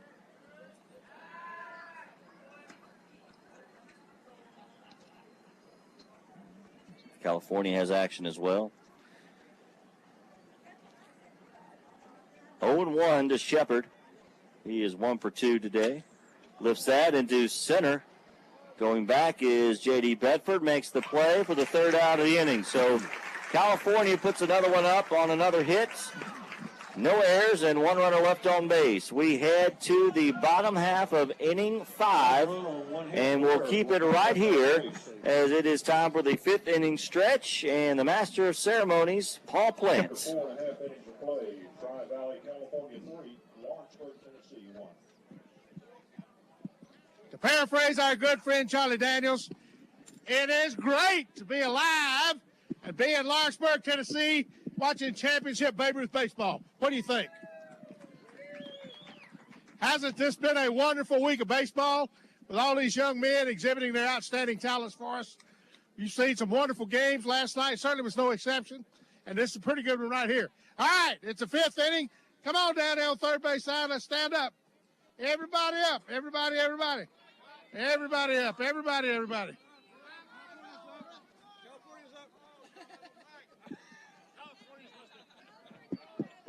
What's the matter? What's the matter? They say my mic's not working. All right. Now it works. Let's do it that way. Everybody up. Here we go. 1, a 2, and a 3. Take me out to the ball. Everybody up. Come on. Take me out with the crowd. Down there, up. Buy me some peanuts, Cracker Jacks. I don't care. Get up down there. So we'll root for the hard work. When it's a shame, or it's 1, 2, 3 strikes, you're out. Ball game. Y'all come see us again now. You folks local, hang in there. It ain't over. Have a great time. Thank y'all for being here. All right, so there's the master ceremonies ball plan for the final time. You may have a little Oh, boy. showmanship in you. He likes to sing with his hands, too. Yes, he does. He's a conductor at heart. All right, 5th inning stretch is over. We head to the bottom half of the inning. And leading off is Brady Huntley. Josh Anderson, the pitcher, still on the mound and strike. And we appreciate Mr. Sewell, the home plate umpire, was looking after when Paul Plan is making sure that as there's a strike going to, protecting him in case there was a wild pitch. During the warm-up. Yeah, Paul was just roaming around. Behind the plate. I call him Pops. The 0-2 outside, 1-2.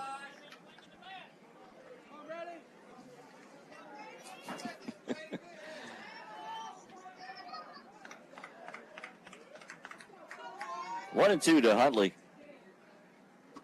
Inside, 2-2. Well, it's things like that why Babe Ruth Baseball loves coming back to Lawrenceburg. Hospitality, second to none here. We're biased, but that pitch misses.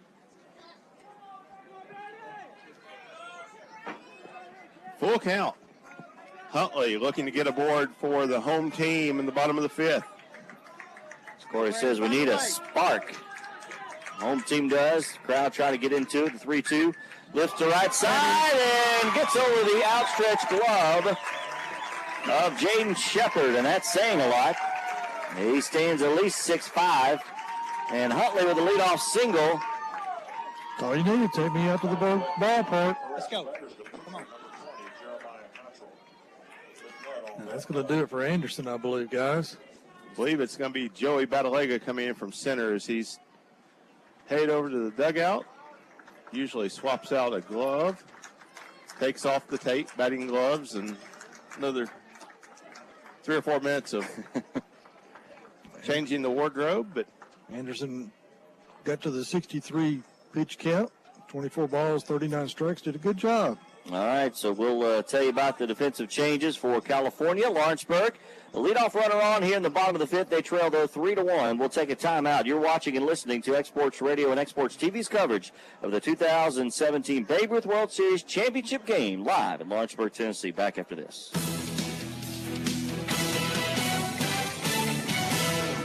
Van Vickle Insurance is now stronger together with Elliott Insurance. Expect the same great service with now even more experience to find the right fit for our clients by offering multiple company options to serve their coverage and pricing needs. More experience, more options, more coverage. Van Vickle Insurance now with Elliott Insurance. 2 trusted names, stronger together. Call 931-762-5555. Van Vickle Insurance is now Elliott Van Vickle Insurance. We are the solution. This is Cam Ashburn with Mashburn's Collision Center. You want convenience? We offer free mobile estimates, free vehicle pickup and return, and status repair updates. Do you want speed? Our average repair time is 2 days lower than the industry average. Maybe it's peace of mind you're after. We are the only collision center that offers a lifetime warranty and a satisfaction guarantee. We are family owned and operated since 1981. Mashburn's Collision Center, Lawrence County's premier collision repair facility. This is the 2017 Babe Ruth World Series on the Exports Radio Network.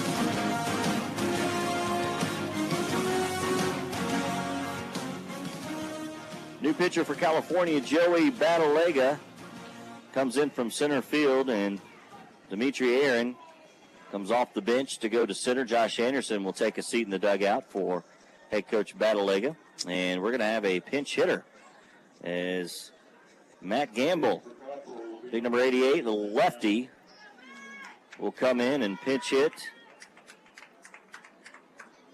Got that big hit last night. Yep, pitch hit for Cottrell. After that lightning delay, 45 minutes.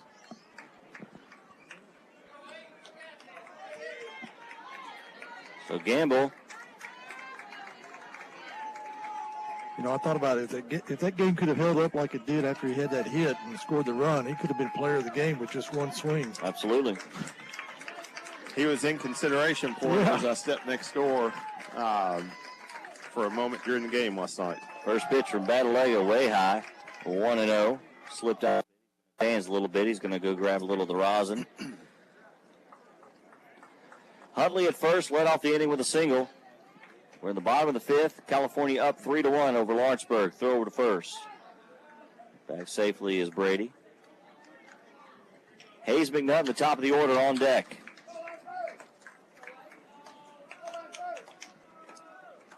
Pitch is inside. Nice shot by Sugden. Yeah, good stop. Having to backhand it. And you can feel the crowd starting to get a little antsy. They're just waiting, begging for something big to happen. The 2-0. Oh, big cut by Gamble. Took something off of that one.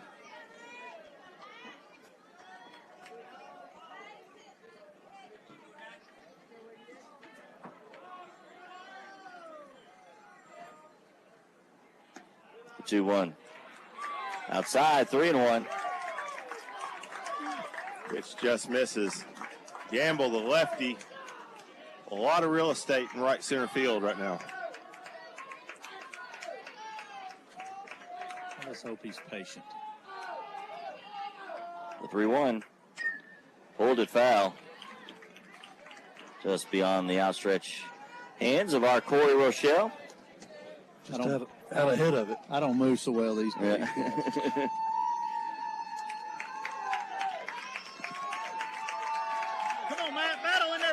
There's the fans starting to pick him up a little bit. Payoff pitch coming to Matt Gamble. No outs, runner at first. It's low, ball 4. Nice at bat by Gamble. Drawing the walk, runners at first and second, no outs. Yeah, I'm assuming that Cottrell probably going to come right back in to run right here, guys. Yep. And that is the case. Tell you what, Matt Gamble's been effective as a pinch hitter in this series, that's for sure.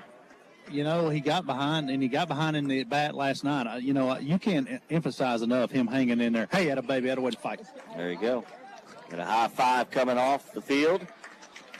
Gamble does his job. Cottrell back in to run at first. And at second, Brady Huntley. Hayes McNutt, the top of the order. Crowd getting into it.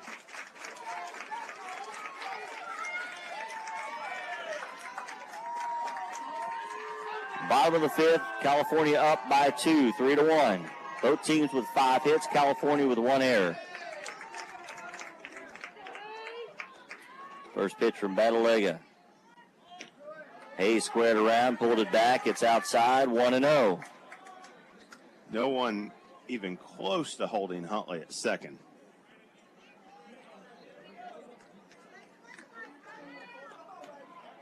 No outs. The 1-0. Bunts it, but foul. And the count even at 1-1. Most underrated part of the game, in my opinion, is bunting.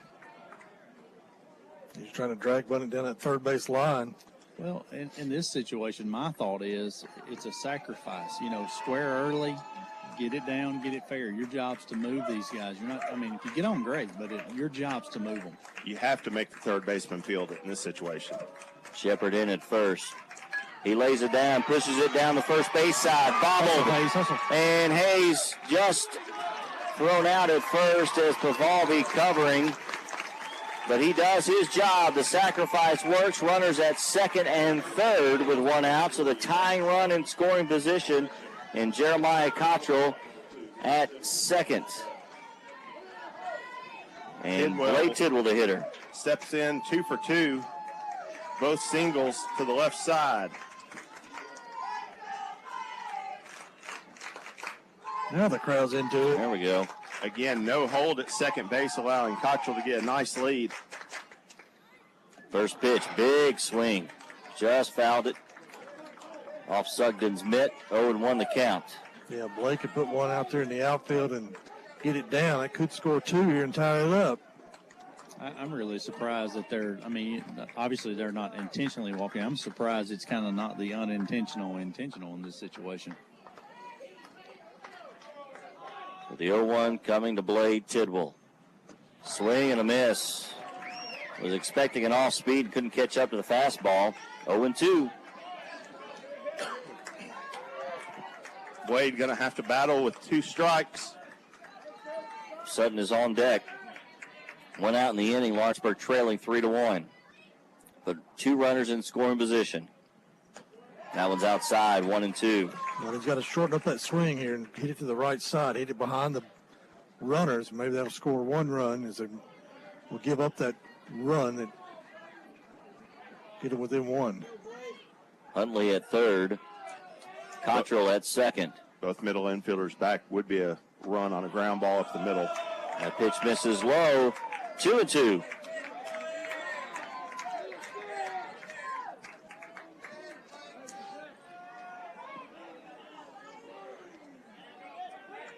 So 2-2 to Blade Tidwell. Batalega comes set from the stretch. Line drive up the middle. It falls down. 1 run will score. Rounding third and holding is Cottrell, who had to wait to make sure it did not get caught. And an RBI single for Blade Tidwell, and it's now 3-2. Tidwell 3 for 3 on the day. Tell you what, with his pitching performance last night and earlier in the tournament and the bat today, he's making a case for the MVP of the World Series. They can come back and win this thing. Lawrence Sutton, big spot for number 33. Batalega steps off the rubber. Runners at the corners now with still just 1 out. Shepard is holding Blade Tidwell on at first. Cottrell is at third. Sorry, JP, but I think we made the right decision there. If he's not scoring easily, you don't make the second out at home right there. Pitch is inside. 1-0.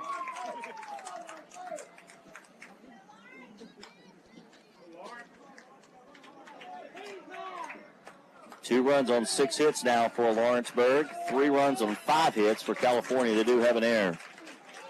Curveball just misses. 2-0. California fans get a little restless. It's good to hear both sides getting engaged in the game. Bottom of the 5th, 3-2 the score. California leads. Runners at the corners. The 2-0. Hot grounder to second. On to second for 1 and safe at first. Lawrence Sutton, and a run scores, and Cottrell. We're tied at 3. Nice effort by Tri-Valley trying to roll the double play. The ball just was not hit hard enough at the second baseman. They had to wait on it to come to him. By the time he got it to second in the pivot, Sutton was hustling down that first base line. The big man got there. So an RBI for Sutton on the fielder's choice. 2 outs now, and the batter is Caden Howard. He takes the ball low. 1-0. He is 0 for 2 with a ground out and a fly out. So Lawrenceburg has battled back with 2 here in the 5th to tie it. That sacrifice by McNutt got the runners in scoring position, and that one's fouled away. And because of that, a single for Blade Tidwell and a fielder's choice for Sutton, scoring Huntley and Cottrell. And going back to Gamble's at bat, 2 nights in a row he has come up in a huge situation and been successful at the plate. Last night he got a hit. Tonight he walks, and the tying run comes across because of it. Ball's lifted into left field. Tracking is Kinsella, makes the play at the line for the third out of the inning, but not before. Lawrenceburg ties it up with 2 runs on 2 hits, no errors, and 1 runner left on base. We have played 5, your new score. We are tied at 3. 2 innings to go to decide the Babe Ruth World Series championship. Stay with us. Exports Radio and Exports TV live for the World Series after this.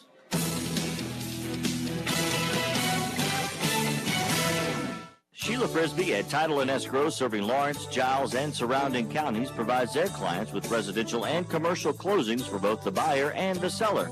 Sheila and her staff have more than 100 years of experience in real estate closings as well as title insurance. Put the most experienced closing team on your side. Sheila Frisbee at Title and Escrow, where the T and E also stand for timely and efficient. Sheila Frisbee at Title and Escrow, proud sponsors of local and regional sports. Who doesn't love being number one? When your team's dominating the standings, or your favorite band rocks the charts at number one, it feels good, right? Kind of like how it feels when you have auto insurance with State Farm. Because making you feel like number one is an honor your local State Farm agent takes seriously. Through the good times and not so good, your State Farm agent's proud to be here to help life go right. Visit your local State Farm agent, Brad Nielsen, at 708 North Locust Avenue in Lawrenceburg.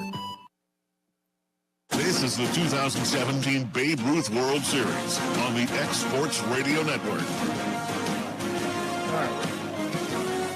We're back tied at 3 as we head to the top of the 6th. 2 runs for Lawrenceburg in the bottom half of the inning as they battle with Tri-Valley, California in the Babe Ruth World Series championship game on a beautiful Thursday in late summer in Middle Tennessee. First pitch from Cottrell misses outside for a ball, 1-0, as Corey Steinhauer will lead things off. It'll be Pafalvi and Kinsella to follow the 1-0. That was low, 2-0. J.P. Plant, Stanley Wilson, Brad Nielsen, and Corey Rochelle on the call with you this afternoon and evening. The 2-0. That one's low, 3-0.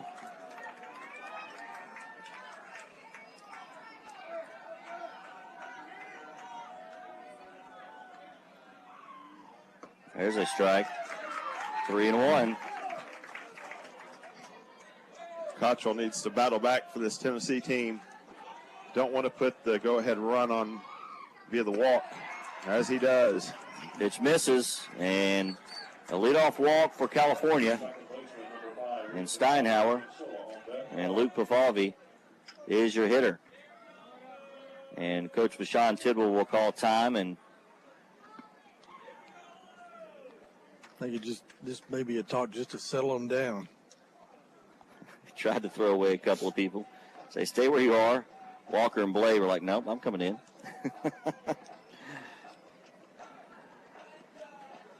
Tied at 3. 3 runs, 5 hits, and 1 error for California. They got 1 run in the top of the first, 1 in the third, and 1 in the fifth. Lawrenceburg, 1 run in the bottom of the first, and 2 in the bottom of the fifth. They have 6 hits, no errors. A well-played game, as you would hope and expect. The 2 1 seeds, both are undefeated, 5-0 coming into this game, and Bashan Tidwell, is he going to make a change? He's going to go out and the home plate umpire, Tommy Sowell.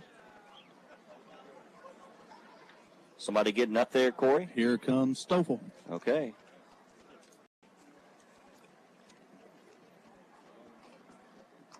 And he'll go to first, looks like. And I'm guessing, Corey, that means Gunner will probably warm up to possibly pitch.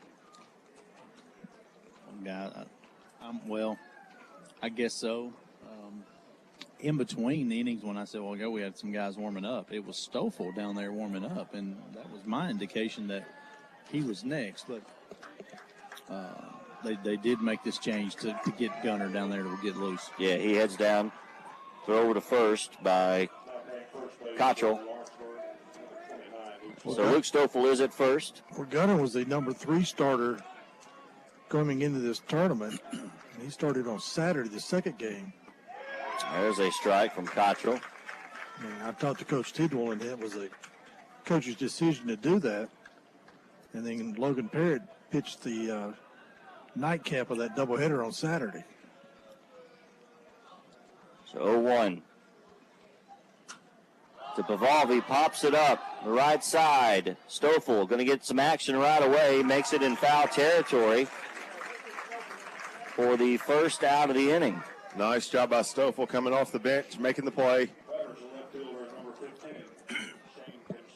One you expect, but you don't ever want to take for granted. So Shane Kinsella pitched a great game for California against Florida last night.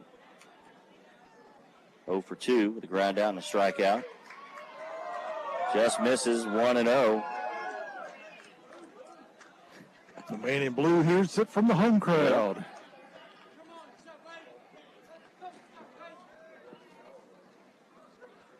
The 1-0. That's high, 2-0. As the light's starting to come on here at Denver Trap Field. Heard from Mr. Denver Trap this morning. Called up to make sure what time the game was. I think he's listening or watching. Say hello to he and his lovely wife, Miss Mary. The man this field is named after. There's a strike at the outside edge.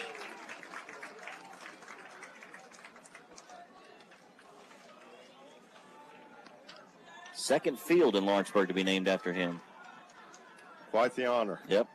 That went over close to Flanagan, where the old Babe Ruth ballpark was. The second field was named after Denver Trap. That one is in for a strike, 2-2. And then when those fields, and they moved over here to Bobby Brewer Park, this one right here, this Babe Ruth field was named after Denver Trap. Former Kiwanian. The 2-2. Swing and a miss. Strike 3. What a nice breaking ball by Cottrell. Started out over the outside part of the plate. Ball ended up in the left-handed batter's box. So 2 outs now in the inning. And your hitter will be the catcher, Matt Sugden, 0 for 2 with a strikeout and a line drive. At first still is Steinhauer, led off the inning with a walk. Throw back over to first from Cottrell. Gunnar Dixon has finished his warm-up down in the Lawrenceburg bullpen. California bullpen is actually empty. There's a strike, 0-1. The crowd now on the edge of their seat on every pitch. As we're getting late in this ball game, top of the 6th, we're tied at 3. Lawrenceburg is the home team. Line drive right at Blake Tidwell. For the third out of the inning, Cottrell pitches out it, and they get one runner on base, leave them stranded. We head to the bottom of the 6th, still tied at 3. Lawrenceburg and California, the World Series championship on the line. Stay with us. We'll be back to Lawrenceburg, Tennessee right after this.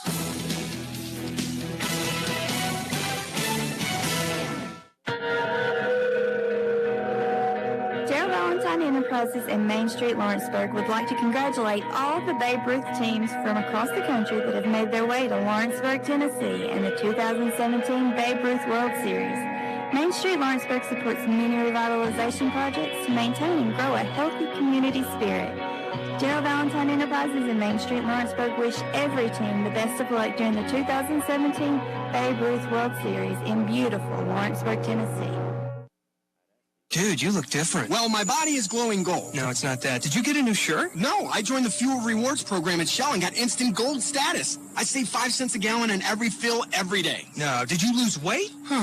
Get rewarded with instant gold status at Shell. Join the Fuel Rewards program now at fuelrewards.com/gold. Restrictions apply. Active gold status required. Introductory offer valid for 6 months after activation. Limit 20 gallons at participating Shell stations. See fuelrewards.com/gold for full details.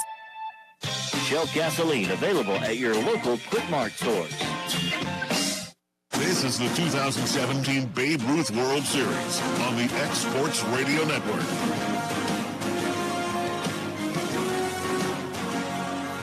Tie ball game, we head to the bottom of the 6th. Tri-Valley, California, the host from Lawrenceburg, Tennessee. Walker Brown to lead things off, followed by Luke Stoffel, who comes in for Gunnar Dixon, and then J.D. Bedford. facing Joey Batalega. First pitch from Walker Brown deep into left field, and it is going to be just foul. That ball is really well hit. Still gave it an effort valley to try out there by going all the way deep into the foul territory. Walker turned on one, but just foul, and it's a long strike, 0-1. You straighten that one out, that's got a chance. 336 down the line at Denver trap to left. And Squibbler back up, and nice job by Batalega. Falls down, but he gets the ball on to Shepard for the first out of the inning. So Walker just missed that one. And there's one out here in the bottom of the sixth. Athletic play by the pitcher, Batalega.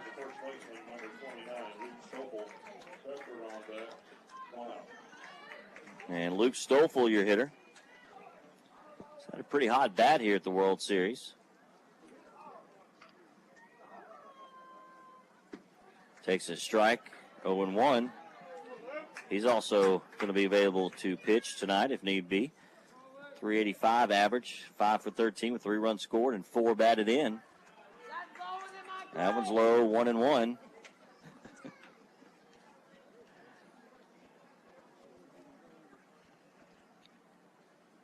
Ladies and gentlemen, Matt Gamble. He's the ringleader down in the dugout, to say the least, right? Yep. It's amazing how quiet the crowd is Yep. right now. Just a hush coming over the crowd is hanging on every pitch. The 2-1. Inside, 3-1. Well, it's the time of the game, guys, where coaches are nervous. Parents are just they're about to throw up. And, and the players are, I wouldn't say nervous because playing's the easiest of the 3 things to do. The 3-1 is low, and Stoffel draws a 1-out walk. Huge at bat by Luke. J.D. Bedford will be your hitter. 0 for 2 tonight. And Luke gets a small lead. Shepard will hold him on at first. Bedford getting the sign from Coach Tidwell. Comes set in the stretch. The first pitch. Outside for a ball, 1-0. On deck is Brady Huntley. And time called by Coach Batalega to come talk to his son, Joey.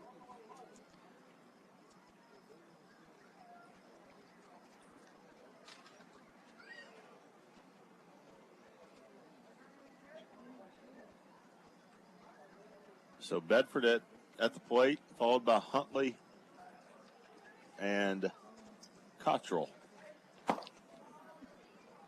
JD's a good fastball hitter, and Batalega uses his fastball to set up his curveball because he's got a good curveball. And JD gets one of those fastballs in the zone, he may tear a gap wide open right here.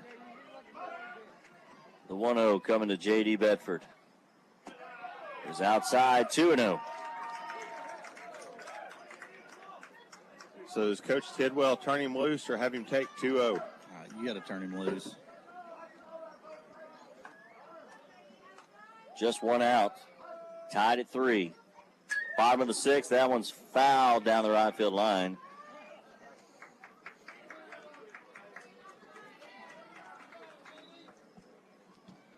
Over there close to the X machine. The 2-1. And the ball falls out. And that is a balk. Yeah. Unfortunate turn of events for Tri-Valley there. Never want to see a game decided by a play like that, but the umpires have to make the call. Well, guys, and obviously I can be wrong. I'm not very smart, but I was always taught if you're on the rubber and you drop it, step off and pick it up. The 2-1 with a runner at second now. Hot shot to the left side of the infield. Going for third. He is out. And Steinhauer once again goes to third to get the runner. And there are 2 outs. Safe at first is J.D. Bedford. A bang-bang play. Steinhauer's been fantastic over at short. Nice job by Steinhauer and Jackson receiving the throw from the shortstop, sweeping the tag quickly. So Bedford at first.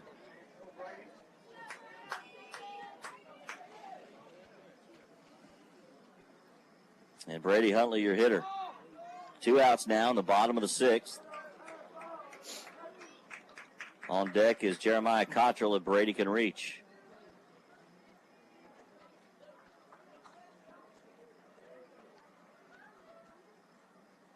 Throw over to first. I love seeing the fundamentals by the third baseman, Jackson. Anytime the pitcher has thrown over as a pickoff move to first, Jackson's moved in behind the throw back to the pitcher to make sure the runner cannot advance on a wild throw back to the mound. Pitch misses outside. 2-0 now to Huntley. Brady started this game on the mound. There are 2 outs in the inning, tied at 3, bottom of the 6th. There goes Bedford. Throw down to second, not in time, sliding in head first. And JD with a stolen base in scoring position, the go-ahead runner. Now in scoring position. Counts 2-1 now. Scoreboard had it wrong. 2-1. Bedford fortunate the throw is to the shortstop side, as the ball did beat him to second, but pulled the second baseman away from the bag.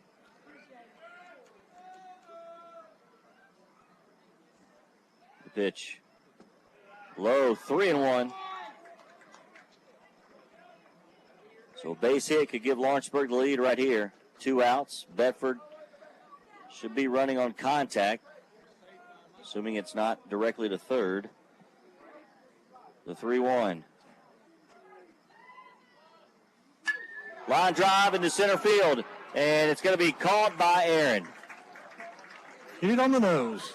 He sure did, and the third out of the inning strands J.D. Bedford as he rounded third. So we played 6. We're still tied at 3. Lawrenceburg and California vying for a World Series championship. Final inning, at least for now. When we return to Lawrenceburg, it's X Sports Radio and X Sports TV's coverage of the Babe Ruth World Series. Back after this.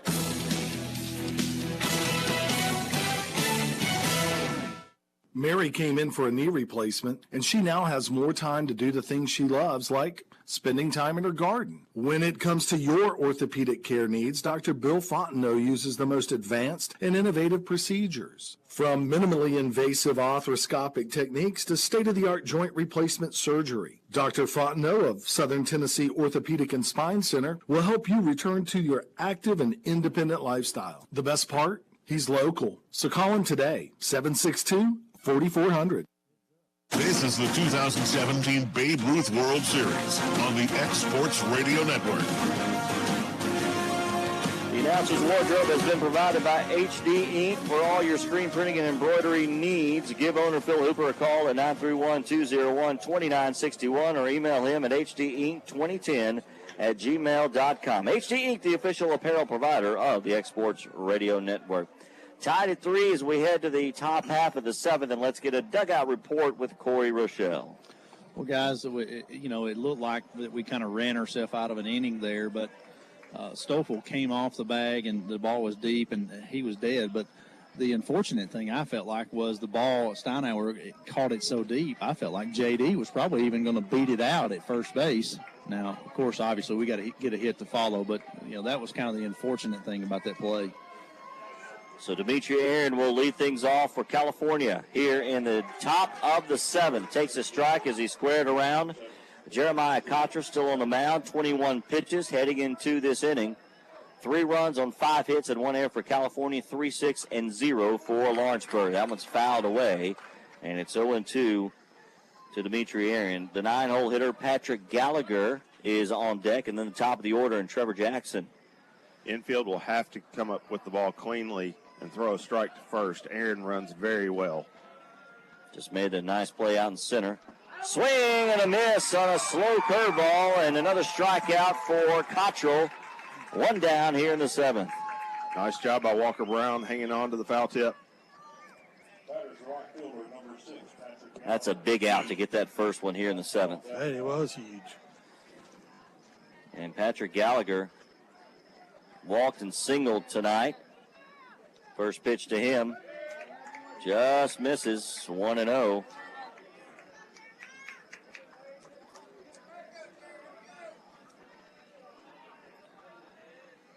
The pitch popped up into left field. Tracking towards foul territory is Hayes McNutt. Can't make the play. And if he can't get there, nobody can.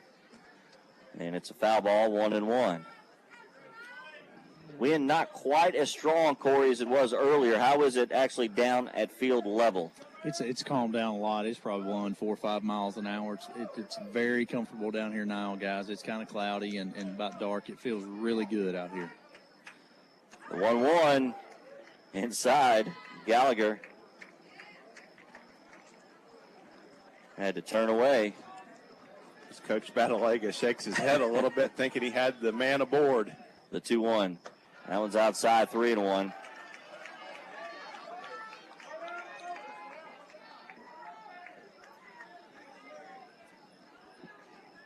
Nobody on base, 1 out, top of the 7th, tied at 3. The pitch popped out of play. Nice pitch there by Cottrell. He challenged him, and it's a full count. On deck, top of the order, and Trevor Jackson, the 3-2. Outside, ball 4. Gallagher has reached base safely 3 times today. 2 walks and a hit. And that's coming from the 9th spot in the lineup. And Trevor Jackson is your hitter. He's 0 for 2 tonight. First pitch to him, outside, 1-0. And the question is, how short or long is the leash on Cottrell? It's got to be super short. I would think at this. That one's low outside. 2-0. How can it be a bad night at the ballpark when somebody's throwing ice cream up into the stands? That's right. Lions Club as towards the end, dollar ice cream pops and just throwing them up there. We got a 3-0 count, though. Only Jimmy Story would do something like that. This is a big at bat. 3-0 count. Cottrell needing to battle back. Ball 4 and 2 runners on base for California, and that may be it for Cottrell. Well, you've had Gunnar Dixon warm it up. And he is right behind Coach Bashan Tidwell, stride for stride, as he's going to make his way in, and that will be it for Jeremiah Cottrell. Nice job on the mound today. Cottrell got up to 34 pitches, 17 balls, 17 strikes.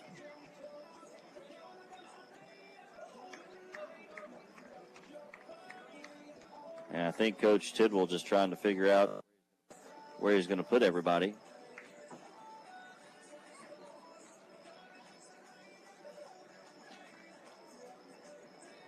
And Dixon's heading back towards the dugout.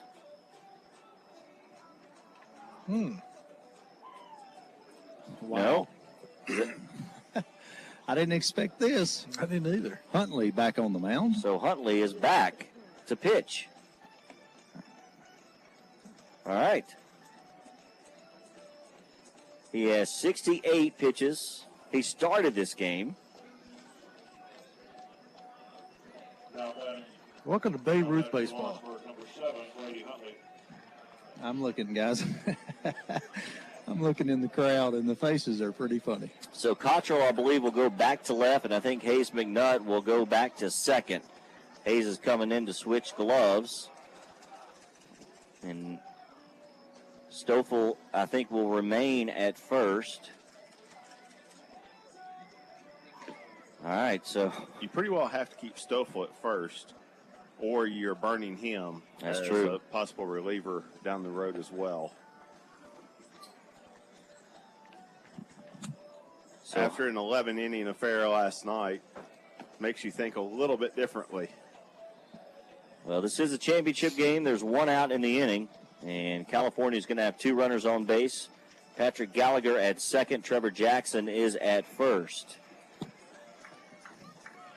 Well, boys, I'm afraid my curiosity is going to get the best of me down here.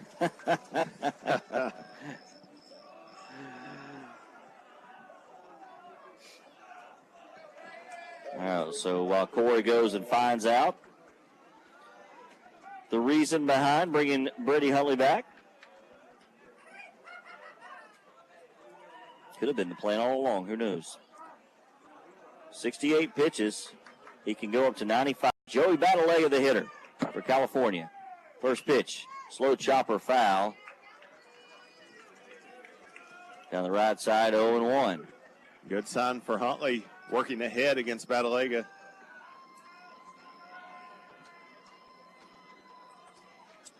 0-1 the count. We'll get a report from Corey here in just a moment. Pop foul out of play, and the count now 0-2. Corey, what'd you find out? Hey, guys, listen, I love the answer. Bashan goes out there in the middle, and they're talking, and when we're talking about what they're going to do, Brady Huntley says, Coach, give me the ball and put me back on the hill. And listen, how do you not give a kid the ball back in the championship game that's already been there? I mean, that just tells you the heart of Brady Huntley, and that tells you, you know, the kind of coaches these guys are, that they believe in their players.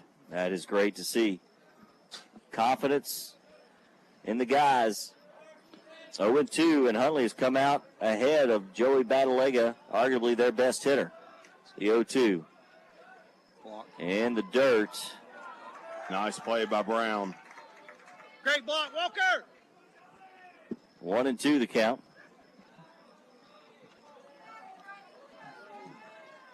One out. Runners at first and second for California. Decent size lead at second. No hold. Oh, just got a piece, and Walker couldn't hold on. Huntley had him fooled. He's shaking his head. He's feeling good. You can see that confidence in him. No doubt about it.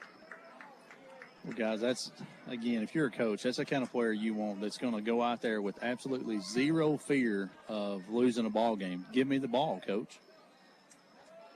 1-2. That one's high. 2-2.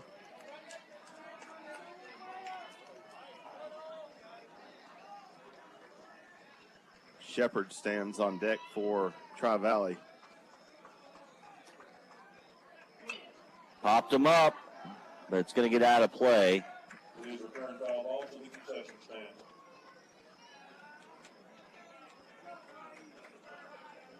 Top of the seventh, tied at 3. Babe Ruth World Series championship game. Tri-Valley, California, Lawrenceburg, Tennessee. To our knowledge, no host team has ever won the World Series. Lifted into left.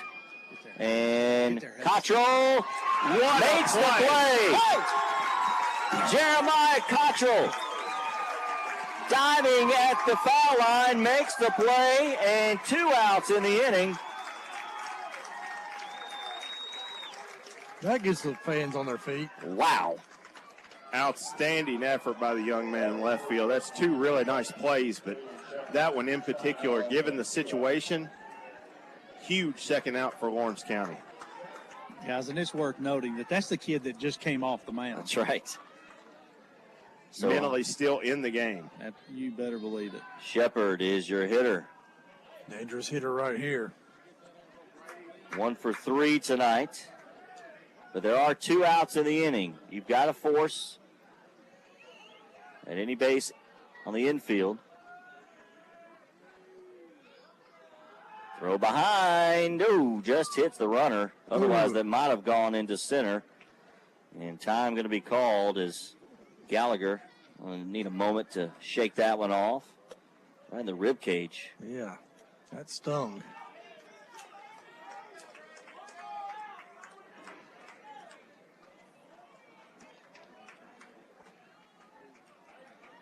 So Shepard steps in. Huntley. First pitch to him. is low, blocked by Walker, going to third. Oh, that's going to be interference. No, it won't. He's in the box. And the throw gets gone, and California's going to score. And safe at second.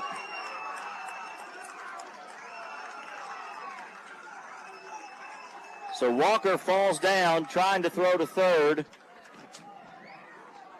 And the run scores. Makes it 4-3. Runner moves up to second. And Shepard stayed right in the box, which you are allowed to do. It hit the bat. There's a strike. He tried to throw it down to third, and we said Shepard was still in the box, and the ball hit the bat. Just an unfortunate event. Wow.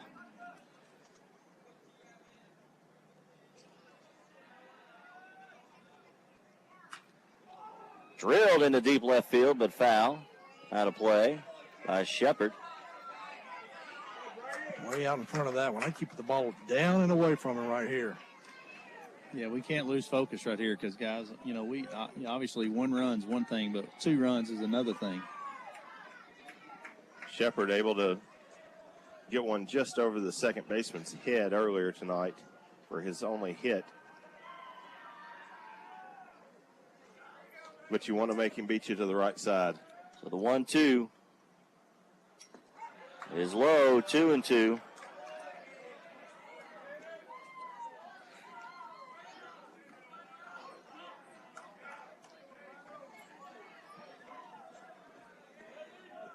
To go back to the throw off the bat that scored the run, you have to say the umpires got it right and did not stop play as well, which could have been a big shift in this game.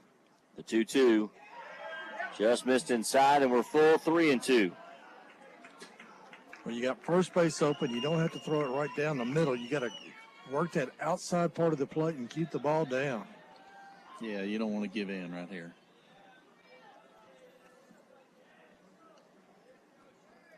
Payoff pitch coming. Outside, ball 4. If you're a Lawrence County fan, you have to be okay with that. That is the shortstop, number 1. So Steinhauer comes up, 1 for 2. The double, a strikeout, and a walk. Hits on the left side. At second is Trevor Jackson. Shepard at first, 2 outs. 4-3 California. There's a strike on the outside edge, 0-1.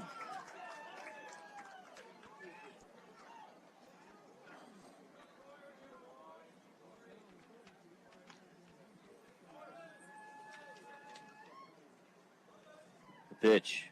It's high, 1-1. We're even.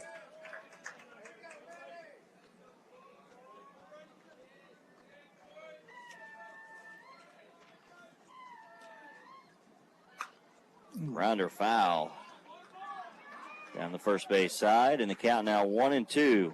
So Huntley 1 strike away from getting out of this inning. Like California, they scored a run. They've done it on no hits this inning, I believe. A couple of walks and that pass ball. And the ball hit off the bat. There's a grounder to second. McNutt up with it. Bobbles in time to Stoffel for the 3rd out of the inning, who barely holds on. So Lawrenceburg has a chance. They need a run, though. Bottom half of the 7th, they trail 4-3 to California. Bottom of the 7th coming up at the Babe Ruth World Series championship game in Lawrenceburg. We'll be back on X-Sports Radio and X-Sports TV after this short timeouts. Covering X-Sports Nation. This is WTNX Lawrenceburg, a broadcast service of Prospect Communications. Are you tired of waiting in line for your prescriptions at the big box stores? At Frisbee Apothecary, we will meet you with a smile and give you fast service. We are local and have been in business for over 40 years. When you're asked what pharmacy do you use, say Frisbee Apothecary. We are located next door to Express Med at 726 North Locust Avenue in Lawrenceburg. You can call us at 762-7223. Come by and check our prices. You may be pleasantly surprised. Frisbee Apothecary. We're local, friendly, and fast. A health market. This is the 2017 Babe Ruth World Series on the X Sports Radio Network. California squeezes a run in the top of the 7th on no hits, and they lead 4-3 heading the bottom half of the 7th. Let's go down to the field once again with Corey Rochelle with an update between innings. Well, guys, head coach Bashan Tidwell just circled them up and reminded them why leading into the World Series here, they went and played in some of the tournaments that they did. But they played in some really good tournaments. They got in situations where they were behind. And his message was simple. When you get in the box, have a good approach. We need a base runner, and we're going to go from there. So, it wasn't load up with a lot of, nervousness or nervous energy saying, hey, we got to do this, we got to do that. He just said, hey, have a good approach and don't make an out. There you go. And Adam Goss will come off the bench for Lawrenceburg. He'll be facing Joey Batalega. And the top of the order, Hayes McNutt on deck. First pitch to Goss. Misses for a ball, 1-0. Well, Adam's got some good speed if he can get on the base pass here. Hits from the left side against the right-handed Batalega. The 1-0. Inside and tight, 2-0. Batalega at 38 pitches now, and time called as Coach Batalega going to come out and talk to him. He's going to go out there and try to settle him down. He makes a lot of trips to the mound, doesn't he? We saw that a lot last night. Well, after seeing what just took place in the top of the 7th as the leadoff man got on via a walk and was a go-ahead run, he knows the importance of it at this stage in the game.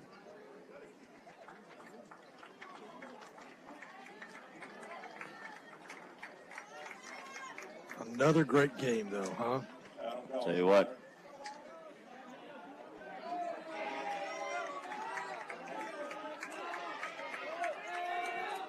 Two-0 to Adam Goss. There's a strike. 2-1. Nice job by Batalega. Coming back with a strike after falling behind 2-0.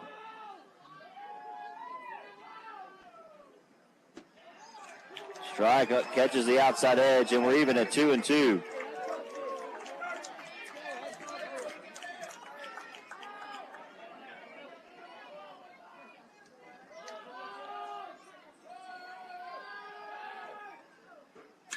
Lifted into right center field. And that's going to get all the way to the gap. Goss rounding first. Falls down. Can he get up in time? He does. Oh, wow. Huge leadoff double. Nice defensive effort by Dimitri Aaron of Tri-Valley getting to that ball as it was hit deep into the right center gap, quickly getting it in. Had the runner not have tripped up and Aaron not gotten there quickly, he could easily be at third base. Well, let's just hope we're just glad he's at second base right now. Nice play by the center fielder Aaron, though, and huge hit for Lawrence County as a leadoff double aboard. Hey, guys, you can't emphasize how big that was. Goss sitting over here this whole game and called on in the top of the 7th when you're down by 1 to be a pinch hit leadoff. That was absolutely huge. And Rocky Top, the chorus starting to resound throughout Denver Trap Field here. So runner at second, the tying run, no outs at the top of the order, and Hayes McNutt. 1 for 1 with a single, hit by a pitch, and a sac bunt. Batalega steps off. The key now for the base runner is settle down. The excitement of the moment, you have to get back into the mental state you need to be an alert base runner as you're the tying run with no outs. First pitch to McNutt. He bunts down to first base. It's going to be tough, and he's out. Oh, Haley's out. Okay. So he bobbled the ball, taking it out of his glove is what the umpire said. All right. That was the motion. But over to third, McNutt gets the job done as 90 feet away. The tying run is Adam Goss, and Blade Tidwell is your hitter. Well, anything gets away from the catcher, you got a chance to score, a sacrifice fly. Anything hit to the right side of the infield, the infield's going to come up. Now you got a chance to slap it past them and get it in the outfield and keep this inning alive with only one out and a runner at first and a tie ball game. And let's give Hayes McNutt a lot of credit. Great on that bunt. JP. Blade can look fastball now as the runner at third may eliminate the breaking ball down in the zone. First pitch to Blade is high, 1-0. On deck is Lawrence Sutton. There's one out in the inning. Lawrenceburg trailing 4-3. Bottom of the seventh. Babe Ruth World Series championship game. Tri-Valley, California, and Lawrenceburg, Tennessee. The 1-0 coming to Tidwell. He squares around, pulls it back, and it's over for a strike. And we've seen this before, a fake squeeze. Gives you a chance to see what coverage is coming in case you want to go back on the next pitch with it. And the infield is in for California. A 1-1 count coming to Blade Tidwell. Swing and a miss, outside fastball. And it's 1-2.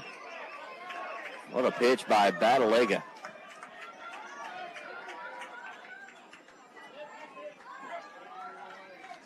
Everybody on edge here at Bobby Brewer Park. Goss at third has pretty good speed. A fly ball to the outfield should tie the game. The 1-2 to Tidwell. Outside, 2-2.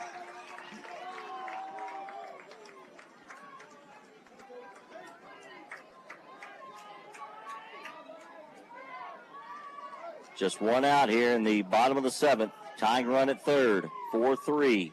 California leading, swing and a miss. Batalega gets Tidwell for the second out of the inning. What a strikeout for Joey Batalega. Great job by the young man on the mound for Tri-Valley, battling to get the second out. So it's all up to Lawrence Sutton. 2 outs. The tying run is at third. 25 games through the tournament. Tying run 90 feet away.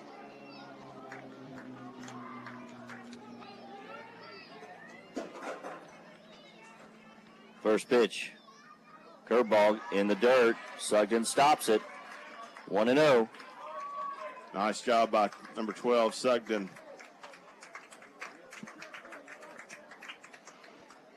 Yeah, this crowd wants a win so bad after such a close call 2 years ago. A runner-up finish in 2013 at the 13-year-old World Series in Williston, North Dakota. The 1-0 popped up, and Shepard's got it. And California three-peats as World Series champions. And for the second time in Lawrenceburg, they defeat the host. Your final, Tri-Valley, California 4, Lawrenceburg, Tennessee 3. What a ball game by both teams. Great individual efforts. Home team just came up a little bit short. Congratulations to the team from California. Well played tournament. Went all the way through without losing.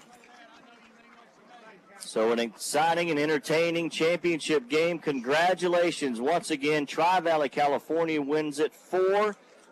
We'll take a quick timeout, be back to wrap it up with the Ron Tellefson players of the game and the post-game ceremonies, the awards, and all of the festivities to wrap up the 2017 Babe Ruth World Series. California, your champions, they win it 4-3 over Lawrenceburg. We'll be back on Exports Radio and Exports TV after this short timeout.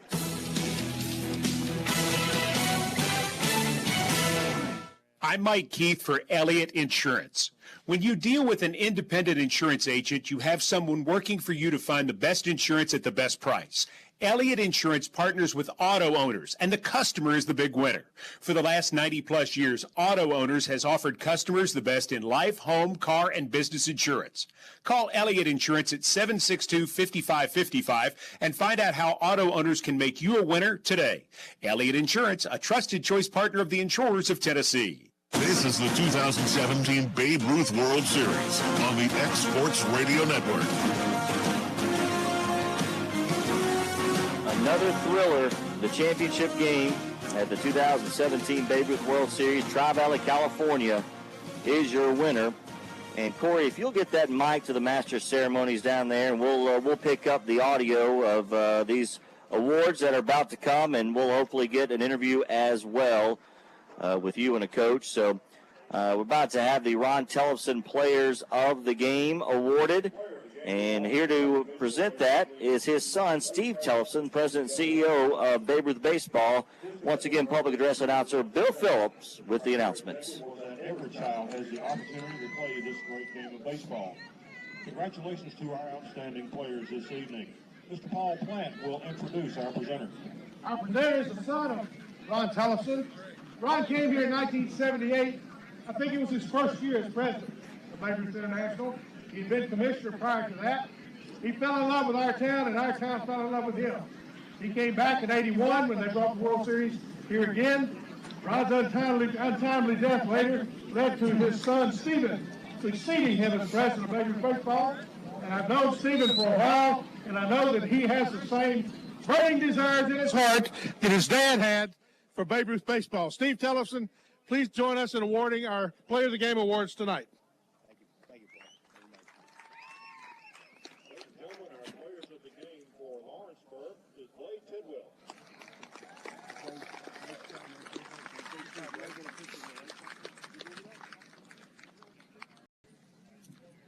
Good job, guys. And the player for the game of the game for California is Joey Battlelega. Guys, we've had 4 of them from California come through. We seem to like California. Congratulations. Proud of y'all. Good job, guys. We will have a presentation of banners and trophies and individual awards here momentarily. We do have some players moving in from the west. All right, so while they get the tables ready for the awards, the Ron Tellefson Players of the Game for Lawrenceburg, Blake Tidwell, and for California, Joey Battlelega. Outstanding effort by Battlelega. Yeah, congratulations to this California team, Tri-Valley. Going undefeated in pool play, now undefeated in the single elimination. And guys, I know Battlelega was well deserving of that honor. Patrick Gallagher reached base safely 3 times for Tri-Valley tonight from the 9-hole. Huge job by that young man.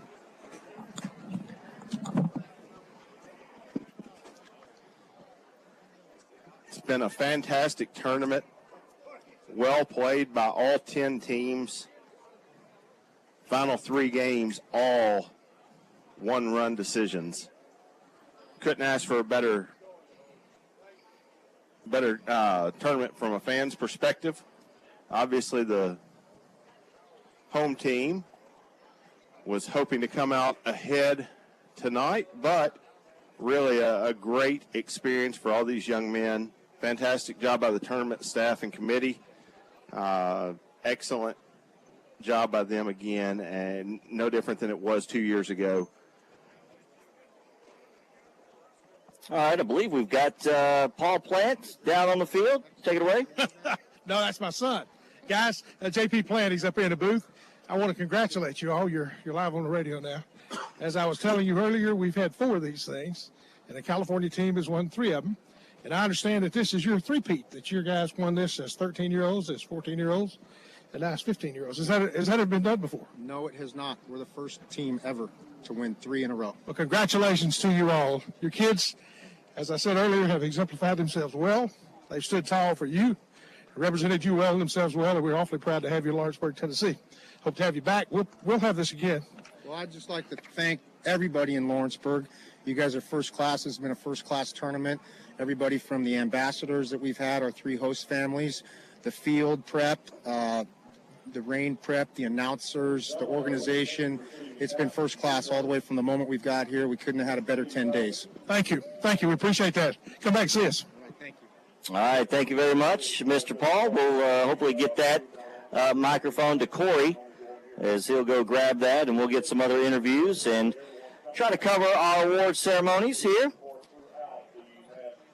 as California getting their championship T-shirts from tournament director Tim Kuntz.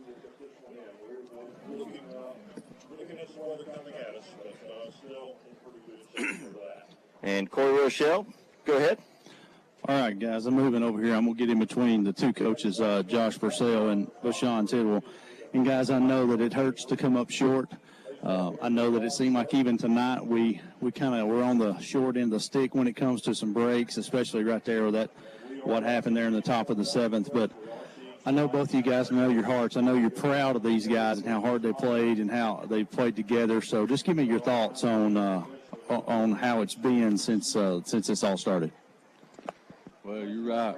I couldn't tell you how proud I am of these guys. And that loss is really on me. I ran us into an out early in the game, but could have squeezed any time run, but we was going for the win, to be honest with you.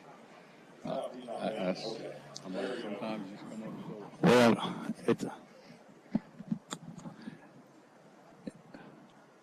am I here? Okay. All right. So, Coach Purcell, the game went, kind of according to plan as far as pitching. Brady hung in there, and then I know we went to Cottrell. Tell me about Brady coming back in. From what I was told, he said he wanted the ball. He could get that guy out. It's like Sean said when he come back in. If you got a guy out there that wants to do that, it's hard to take the ball away from him. So took a chance, and he did good. He came back in, threw strikes, and did what he had to do. So, I'm not Bashan. I'm proud of the guys. They battled real hard. Gave themselves a chance to, win the game. That's all you can do in a game like this is do what you got to do to get that chance and let the chips fall where they may. So we just came up a little short tonight. We're still proud of the guys. Well, guys, Bashan, I know you're taking it a little bit on the chin here, trying to deflect some of the game. But I'll tell you guys, I've been in the dugout with you for 3 or 4 games, and you guys are class acts. To say that you're great baseball coaches would be an understatement. And y'all did a fantastic job leading these guys. So we're proud of you, and we're proud of all the players. Shout out to Mr. Adam Goss. He didn't play a lot in this tournament, but when his number was called, he came in and got a big-time double against a big-time pitcher. So my hat's off to Mr. Goss. Absolutely. So, JP, you can tell down here that this loss stings, but at the same time, they're proud of the experience and they're proud of their players. And why would they not be? They played hard, but this is one of those, JP, the way this game went and the way that we lost, that it's going to sting for a while. Yeah, certainly. So close again, the host from Lawrenceburg. Coming up just 1 run short against a team from California, but a great team, as you heard. Paul Plenn interviewed their coach, Coach Batalega, 3-time now world champions, as they won as 13s, won as 14s, and now won as 15s. And the Lawrenceburg host team took them right to the brink, and kind of a blue play, if you will. California took advantage of it, but that was part of the difference tonight in a 4-3 win for California. And they get the job done as another world championship for them and another runner-up, the third now for a Lawrenceburg Babe Ruth team at the World Series in 2013, at the 13-year-old World Series, at 2015 in the 15-year-old World Series, and now 2017 also in the 15 World Series, the last 2 right here at Denver Trapp Field. They continue to get the trophies set up, and they are close to announcing. We've got our all-tournament team. I think we've got an all-defensive team. We got an MVP. We got all kinds of stuff to go through, and they're tabulating. And this is one of the hardest parts right here of the tournament is getting this part in a timely fashion. Of course, we've got some weather coming in, too, so there's a little time crunch. Try to get all that in so they're not going to be drenched there on the field. So I tell you what, we'll take a quick timeout, come back, and wrap things up here at the Babe Ruth World Series. California wins it 4-3 over Lawrenceburg, Tennessee, as the host team runners up once again. You're listening to Exports Radio and Exports TV's coverage of the 2017 15-year-old Babe Ruth World Series. We'll be back after this.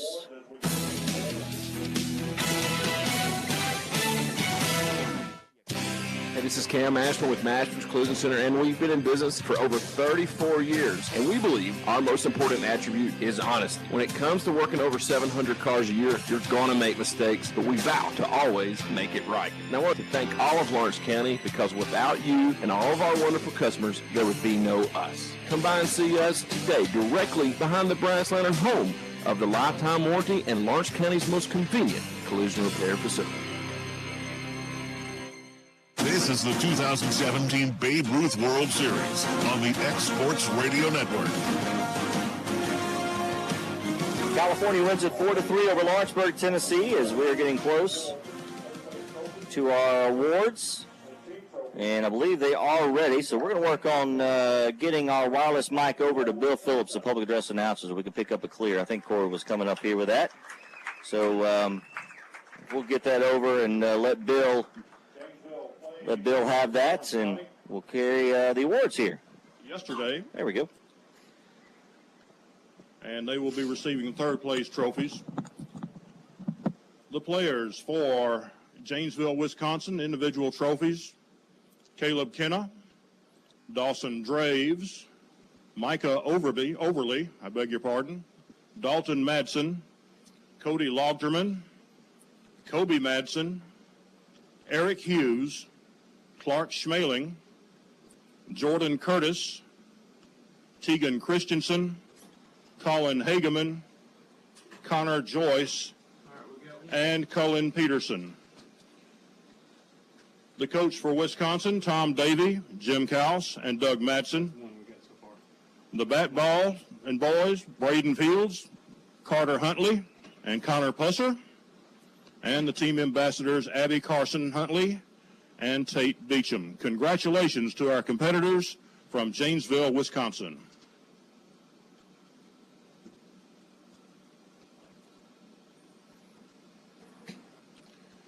I am going to repeat those names again. Apparently I had a malfunction up here. Again, the rosters for Janesville: Caleb Kenna, Dawson Draves, Micah Overly, Dalton Madsen, Cody Logderman, Kobe Madsen, Eric Hughes, Clark Schmaling, Jordan Curtis, Tegan Christensen, Colin Hageman, Connor Joyce, and Cullen Peterson.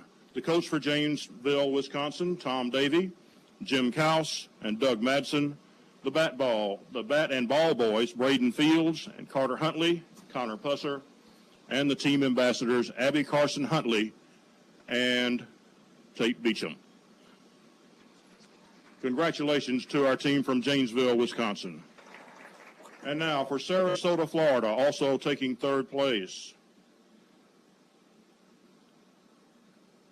Sarasota's roster includes Mason Payne, Owen Ayers, Zach Calhoun, Alec Boot Hanford, Evan Gibbs, Tyler Russin, Cade Nelson, Noah Scott, Brandon Yonker. All right, while they continue with the third place trophy there, we're going to conclude our radio coverage of the 2017 Babe Ruth World Series. If you're watching us on X Sports TV, we're going to stay on and carry this in its entirety, but we want to thank all of our partners for helping us make this possible tonight on radio, on locally X106 WTNX, Shell Quick Mark and Edwards Oil, also Brad Nielsen State Farm, Mashburn's Collision Center, Elliott Insurance. Also, we want to thank, who else we got here, guys? I'm going off the top of my head. Steve Frisbee and Frisbee Apothecary, Tylen Escrow, and Greg Johnson at City Cleaners, and we appreciate all those for making this possible here tonight. So we're going to sign off on the radio. Appreciate Zach right back at the studio, and Lawrenceburg comes up just a little bit short. You got a final thought, Stanley, on the radio before we get out of here? I was just going to say to the Lawrence County folks, thank y'all for supporting Babe Ruth baseball. It all started back in 2013 when David Weathers was sitting on the steps at the gazebo downtown, getting ready to go to North Dakota. They got a ton of money to get them up there, and this town and this county gets behind these kids, And we got a lot of youth coming up here in Lawrence County, and this will be not the last time you will see Lawrence County at this World Series. Yep, absolutely. All right. Exports TV, stay with us. We're going to continue with our coverage of the closing ceremonies. But, Zach, you can hit the music, and we can start to sign off. Thanks for tuning in to Exports Radio's coverage of the 15-year-old Babe Ruth World Series, where your final score is California 4, Lawrenceburg, Tennessee 3. For Corey Rochelle, Brad Nielsen, Stanley G. Wilson, Bryant Gobble on social media, and Zach Wright back at the studio, I'm JP Plant saying thank you for tuning in to our coverage, and thanks for supporting local and regional sports on the Exports Radio Network. So long to our radio listeners on Exports Radio Network and X106 WTNX. I'll see you in the AM. Stay with us, TV.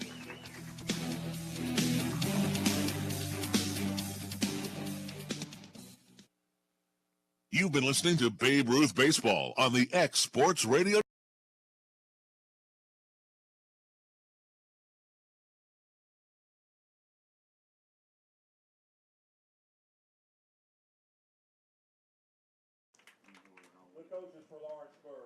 And we're back on Exports TV as we continue our coverage of the award ceremony. The Lawrenceburg team, the host, are receiving their runner-up individual trophies.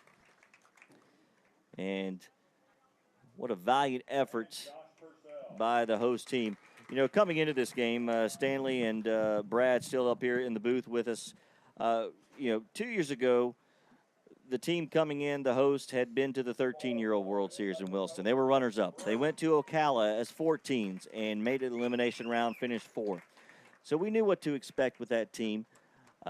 Didn't really know a whole lot about this team. They made it to the Southeast region and were runners-up as 14s, lost to a very good Sarasota that was at the World Series last year and back again this year. But they came and they practiced and they came together, I think, as a huge group, as they are collectively being recognized, came together as a group and just performed well. They were coached well. And what a great showing for the hosts from Lawrenceburg, Tennessee. Their coaches, Vashawn Tidwell, also Michael Garner, and Josh Purcell. Just a great job. Well, we really didn't know what they had. I mean, they went to the tournament in Atlanta. We heard some reports coming out of Atlanta. They did pretty good. They faced a couple of tough teams out there. But, they were just trying to gel as a team. You had kids from all 3 high schools here in the county and plus Wayne County. And that's what Coach Tidwell talked about before the tournament even started here, is that I said, what do you like most about your team? He said, I like the way they all come together as a team. And that's what they've done. They came together as a team because baseball, that's what it is. It's a team sport. You got to count on the guy next to you to do their job. And these guys did it. And these guys surprised a lot of people. I think North Dakota, being an experienced team in the World Series, first team that they played was Lawrenceburg. They didn't send their best pitcher out there. They overlooked Lawrenceburg, and Lawrenceburg wore them out. They pitched a 2-hitter. I think one guy for North Dakota had the 2 hits. So they wore them out, and all of a sudden they put 9 runs on the board. Next game they put another 9 run on the board. And all of a sudden we're going and talking about the hitting that these kids could do. And Josh Purcell said, we got the arms. We got the arms. The only thing we don't have is a left-handed pitcher. They didn't need that. They got the arms, and they showed it. But what a great experience for these kids, and what a great effort that they had. And let's just face it, California was an experienced team, 3-peat, and to play them to 4-3 and to lose it the way they did, I mean, on a fluke play, trying to get the ball down to third base from the catchers and hitting the bat, and it was a legal play, nothing wrong with that play. But, man, what an effort by these guys. And Brad, you saw California quite a bit. They never got down, never got flustered. They were very calm throughout this whole tournament. A couple of games they were down through midway and even into maybe the 5th or 6th inning. I never phased them. That experience that Stanley just talked about obviously came through again tonight. Well, and that shows with both the players and coaches. Congratulations to the coaching staff. And we were talking about it while we were off air for just a minute. From 13 to some of these guys 16 now after their birthdays, but the development that takes place during that age range is incredible for them to be able to come back and win 3 times in a row. That's something that's just unheard of, because you usually either have some real early bloomers or real late bloomers that show up, and that's how you win the tournament. They did not. They've been balanced, and the other thing I will say about them, they hit 1 through 9 the entire tournament. As we've mentioned a couple times, the 9-hole hitter on 3 times for them tonight in the form of the go-ahead run with Gallagher. But congratulations to them. Also to Lawrence County. Been the runner-up 3 times now, correct? In 5 years, in 5 years. Yep. Lawrence County is taking the steps necessary to do exactly what Tri-Valley has done. So as we look forward to the future for this Lawrence County club, we can expect really good things. All right, so we've got some the tournament, all-tournament team, I believe, Stanley, is that right? All World Series team, all right. And the all-defensive team, all right. So they're about to announce that. Tell you what, we'll let him at least get started. We've got the sheet here, so don't want to spoil that. We've also got our batting champion and our MVP. All right, here we go. So, all right, so the All-World Series team, while Bill Phillips announced that, we'll announce it here on Exports TV. From the host team, Lawrence Sutton from Lawrenceburg in the outfield, and gets a nice trophy. The bat, look at that thing. That is awesome. That is nice. Jason Scott from Sarasota, Florida, getting a member of the All-World Series team. And his coach, Rob Million, is accepting that on his behalf. In the outfield from the host team, J.D. Bedford. J.D. Bedford from Lawrenceburg in the host team, also on the All-World Series team. 2-time player of the game this week. Yeah, Mr. Triple one game, had 2 in one game. Yes, he did. So those are your outfield, Lawrence Sutton, Jason Scott, J.D. Bedford. So 2 of the outfielders from the host team. And we go to the infield at first base. The All-World Series team goes to Josh Eisenberg from West Windsor, Plainsboro, New Jersey. The second base All-World Series team member goes to California's Luke Pafalvi. And at third, Brian Vanderhey from Connecticut is your All-World Series third baseman. And the shortstop, Sean Hodges from New Jersey, is your All-World Series shortstop. And the catcher, Matt Sugden from California, is the man behind the plate on the All-World Series team. We'll have 2 pitchers and a utility player.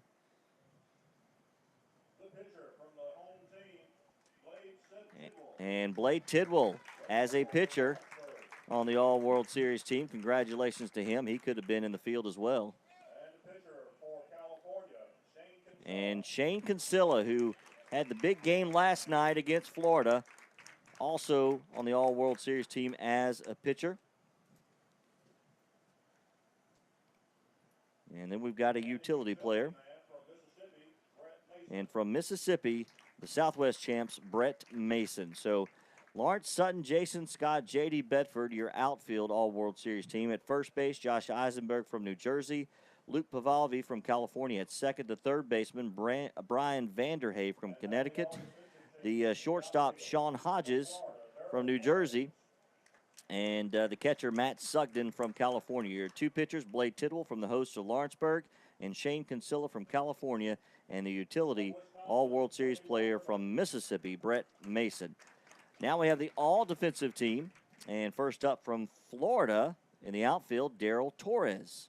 The center fielder from Wisconsin, the left fielder, Cody Logderman. And from Marshall County, Tennessee, the East Tennessee champs, Colton Barbier. And the first baseman, all-defensive team player, Josh Anderson from California.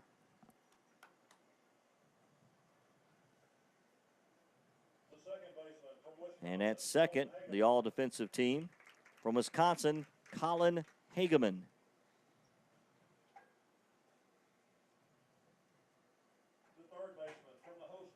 And at third, from Lawrenceburg, Tennessee, Brady Huntley on the all-defensive team.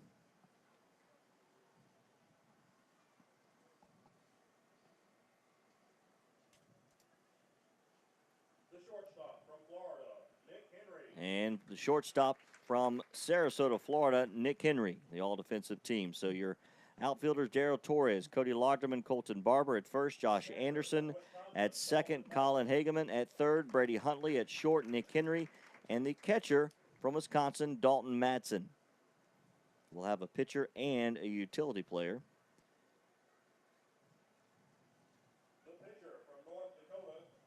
And Cade Feeney gets the all-defensive team honors as a pitcher from Bismarck, North Dakota. Good-looking athlete, Cade Feeney. And Hayes McNutt from Lawrenceburg on the all-defensive team as a utility player. So congratulations again, the all-defensive team, Daryl Torres from Florida, from Wisconsin, Cody Logderman, from Marshall County in East Tennessee, Colton Barbier, from California, Josh Anderson, from Wisconsin, Colin Hageman, from Lawrenceburg, Brady Huntley, from Florida, Nicholas Henry, from Wisconsin, Dalton Madsen, from North Dakota, Cade Feeney, and from Lawrenceburg, Hayes McNutt. The batting champion. They just announced that. They did, didn't they? Yep. All right. Batting champion goes to Luke Potts from New Jersey with an average of 500. 7 for 14 with an on-base percentage of .563. And they just announced the most valuable player. It's from California, and it is Jaden Shepard. Congratulations to all of those. And we will share these out momentarily, hopefully. We'll get this out. So congratulations to all of our Babe Ruth World Series attendees. And I think that is going to be about it. And rains are coming, and so we're going to have our final comments, guys. Brad, we'll start with you. The Babe Ruth World Series in Lawrenceburg has come and gone once again, but I think an overall great experience for everybody involved. Absolutely. The tournament committee did a fantastic job, top to bottom. It was run very efficiently. I think all the host ambassador families had a great time with it. All the teams and their families that we have heard from really enjoyed the experience they had. We saw a lot of great baseball. I hope that we are fortunate enough to get to host this event again in the future, hopefully sooner than later. But congratulations to Tri-Valley on the victory tonight, and hopefully, again, we'll get to see another Orange County team in this thing shortly. So enjoyed it. Absolutely, and I think that was the sportsmanship trophy that went to Washington, I believe. All right. Stanley, for you, your thoughts on the World Series? Well, congratulations to California for tri-peating again. Also to Lawrenceburg, tough game here tonight. Great baseball. I mean, just great baseball. Last night, 2 games that you couldn't script it any better for Babe Ruth games. And I think we saw one on Saturday, New Jersey, and can't recall who it was, Sarasota, I think it was. And a great baseball, just good baseball out here. And it's been fun. It's been real fun. And I want to go back a few years ago. I'm the kind of historian here. But when we started doing a web page or internet site back down at the old WDXE, my friend and our buddy Jack Cheatwood said, let me write the first article. I said, okay, whatever, you know. He was just telling me he was the boss. So I didn't know what he was going to do. He went over to Alan Betts' office, which is right there on the square here at Lawrenceburg, interviewed him about Babe Ruth baseball. And I'm like, okay, we've got David Weathers, Major League Baseball player. We've got all these high school football teams. But he wanted to talk about youth programs in Lawrence County. I didn't kind of understand it at that time. I do today. I see how Babe Ruth baseball, how Cal Ripken baseball, how all these teams, softball, all these youth, how the parents get behind it and how the community gets behind it. You know, we do a lot of the Lawrence County games, of course, and sometimes we go to the road games. We got more people in the stands than the home team does. That shows you the kind of support that Lawrence County puts behind their youth teams here in this county. So congratulations to Mr. Alan Betts for putting on another fine World Series tournament. Yeah, absolutely. Echo all of those sentiments. And it's a tradition here and long-standing. It's rich. Of course, the 4th time the World Series has been here, 1978 and 81. The senior Babe Ruth over at Old Flanagan Field, and now 2015 and 2017, the 13 to 15-year-old Babe Ruth World Series here in Lawrenceburg. And I agree, Stanley. I fully expect it to be back sometime soon. It may be 3 or 4 years, as may have to pass through and wait a little bit. But I'm sure it will come back indeed. So, Stanley, we move on to football tomorrow night. We got football. Finish Football up with baseball tomorrow and night. Quick turnaround. Get a different shaped ball out there. Absolutely.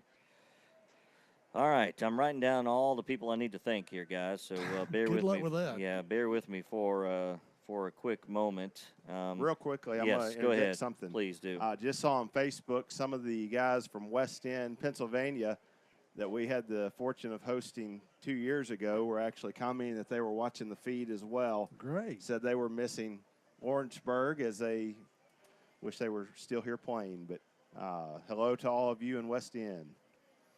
Yeah, hello. Absolutely. And something big's going up at in Pennsylvania coming up this next week. We get to go home and watch it on TV. We don't have to do it, at least.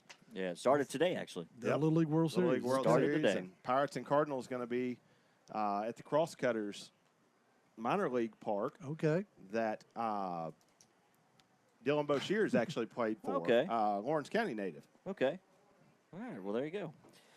All right, guys, well, this has been a lot of fun. Appreciate everybody helping out with this. Of course, it was a huge voluntary effort on so many levels, and we appreciate everybody helping out. Of course, the entire host committee for allowing us to come in and do this. Babe Ruth International allowing us to do this as well, and we appreciate all of them.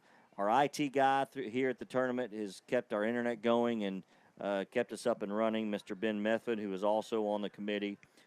Special thanks, of course, Al Betts, who is the host committee president, and everybody that helped out on that behalf. From our radio perspective, of course, owners Roger and Charlotte Wright and Ben Luna, general manager, associate producer and studio engineer, was Zach Wright back at the studio today. We appreciate all their efforts as well. And master of ceremonies, Mr. Paul Plant, who helped us out from time to time, had a couple interviews as well, and led us in some very interesting renditions of some fun ballpark tunes. So it was a lot of fun. And here at Exports TV and Exports Radio, our interns, Landon Burns, Brian Gobble, and our intern emeritus, Kelsey Atkins, do a lot of social media operating, helping pack up, and a lot of different things that go unnoticed. We really appreciate them. And all of our announcers, Nick Moore, Cam Mashburn, Corey Rochelle, Brad Nielsen, and Stanley Wilson, who has helped us here at the Babe Ruth World Series, along with yours truly, JP Plant. It certainly has been a lot of fun. And I guess that's about it, guys. I mean, we hope you guys appreciated and enjoyed our coverage. Again, these games, if you missed any of them, they are available on our YouTube page. If you have the YouTube app, just search for Exports TV. Subscribe to it, and you can always find it, or go to exportsradio.com. You can click on the link there and find us there as well. If you missed any of these games, they'll be up there. Don't plan on taking them down, so you can go back and watch them at your leisure on demand. So please help yourself, and if you like what you see, leave us a comment. Let us know. If you don't like what you see, you can certainly feel free to do that as well. But it's America. Keep in mind, we do the best we can with a full voluntary crew. We are not professionals. No. You're the professional. We are not. Well, I have a job that's in this field. I don't know if that may be as far as it goes. So, but it's on to football, and we certainly will have fun doing that tomorrow. So we're going to wrap it up here. And thanks for tuning in to Exports TV's coverage of the 15-year-old Babe Ruth World Series, where your final score, once again, California wins it 4-3. Tri-Valley, California, your World Series champions for the 13-15-year-old division as they defeat the hosts from Lawrenceburg, Tennessee, 4-3. For Corey Rochelle, Brian Gobble, Brad Nielsen, Stanley Wilson, I'm JP Plant saying thank you for watching all week long Exports TV's coverage of the 2017 Babe Ruth World Series. So long and good night from Denver Track Field in Lawrenceburg, and the host site of now 4 Babe Ruth World Series, Lawrenceburg, Tennessee. We'll see you next time.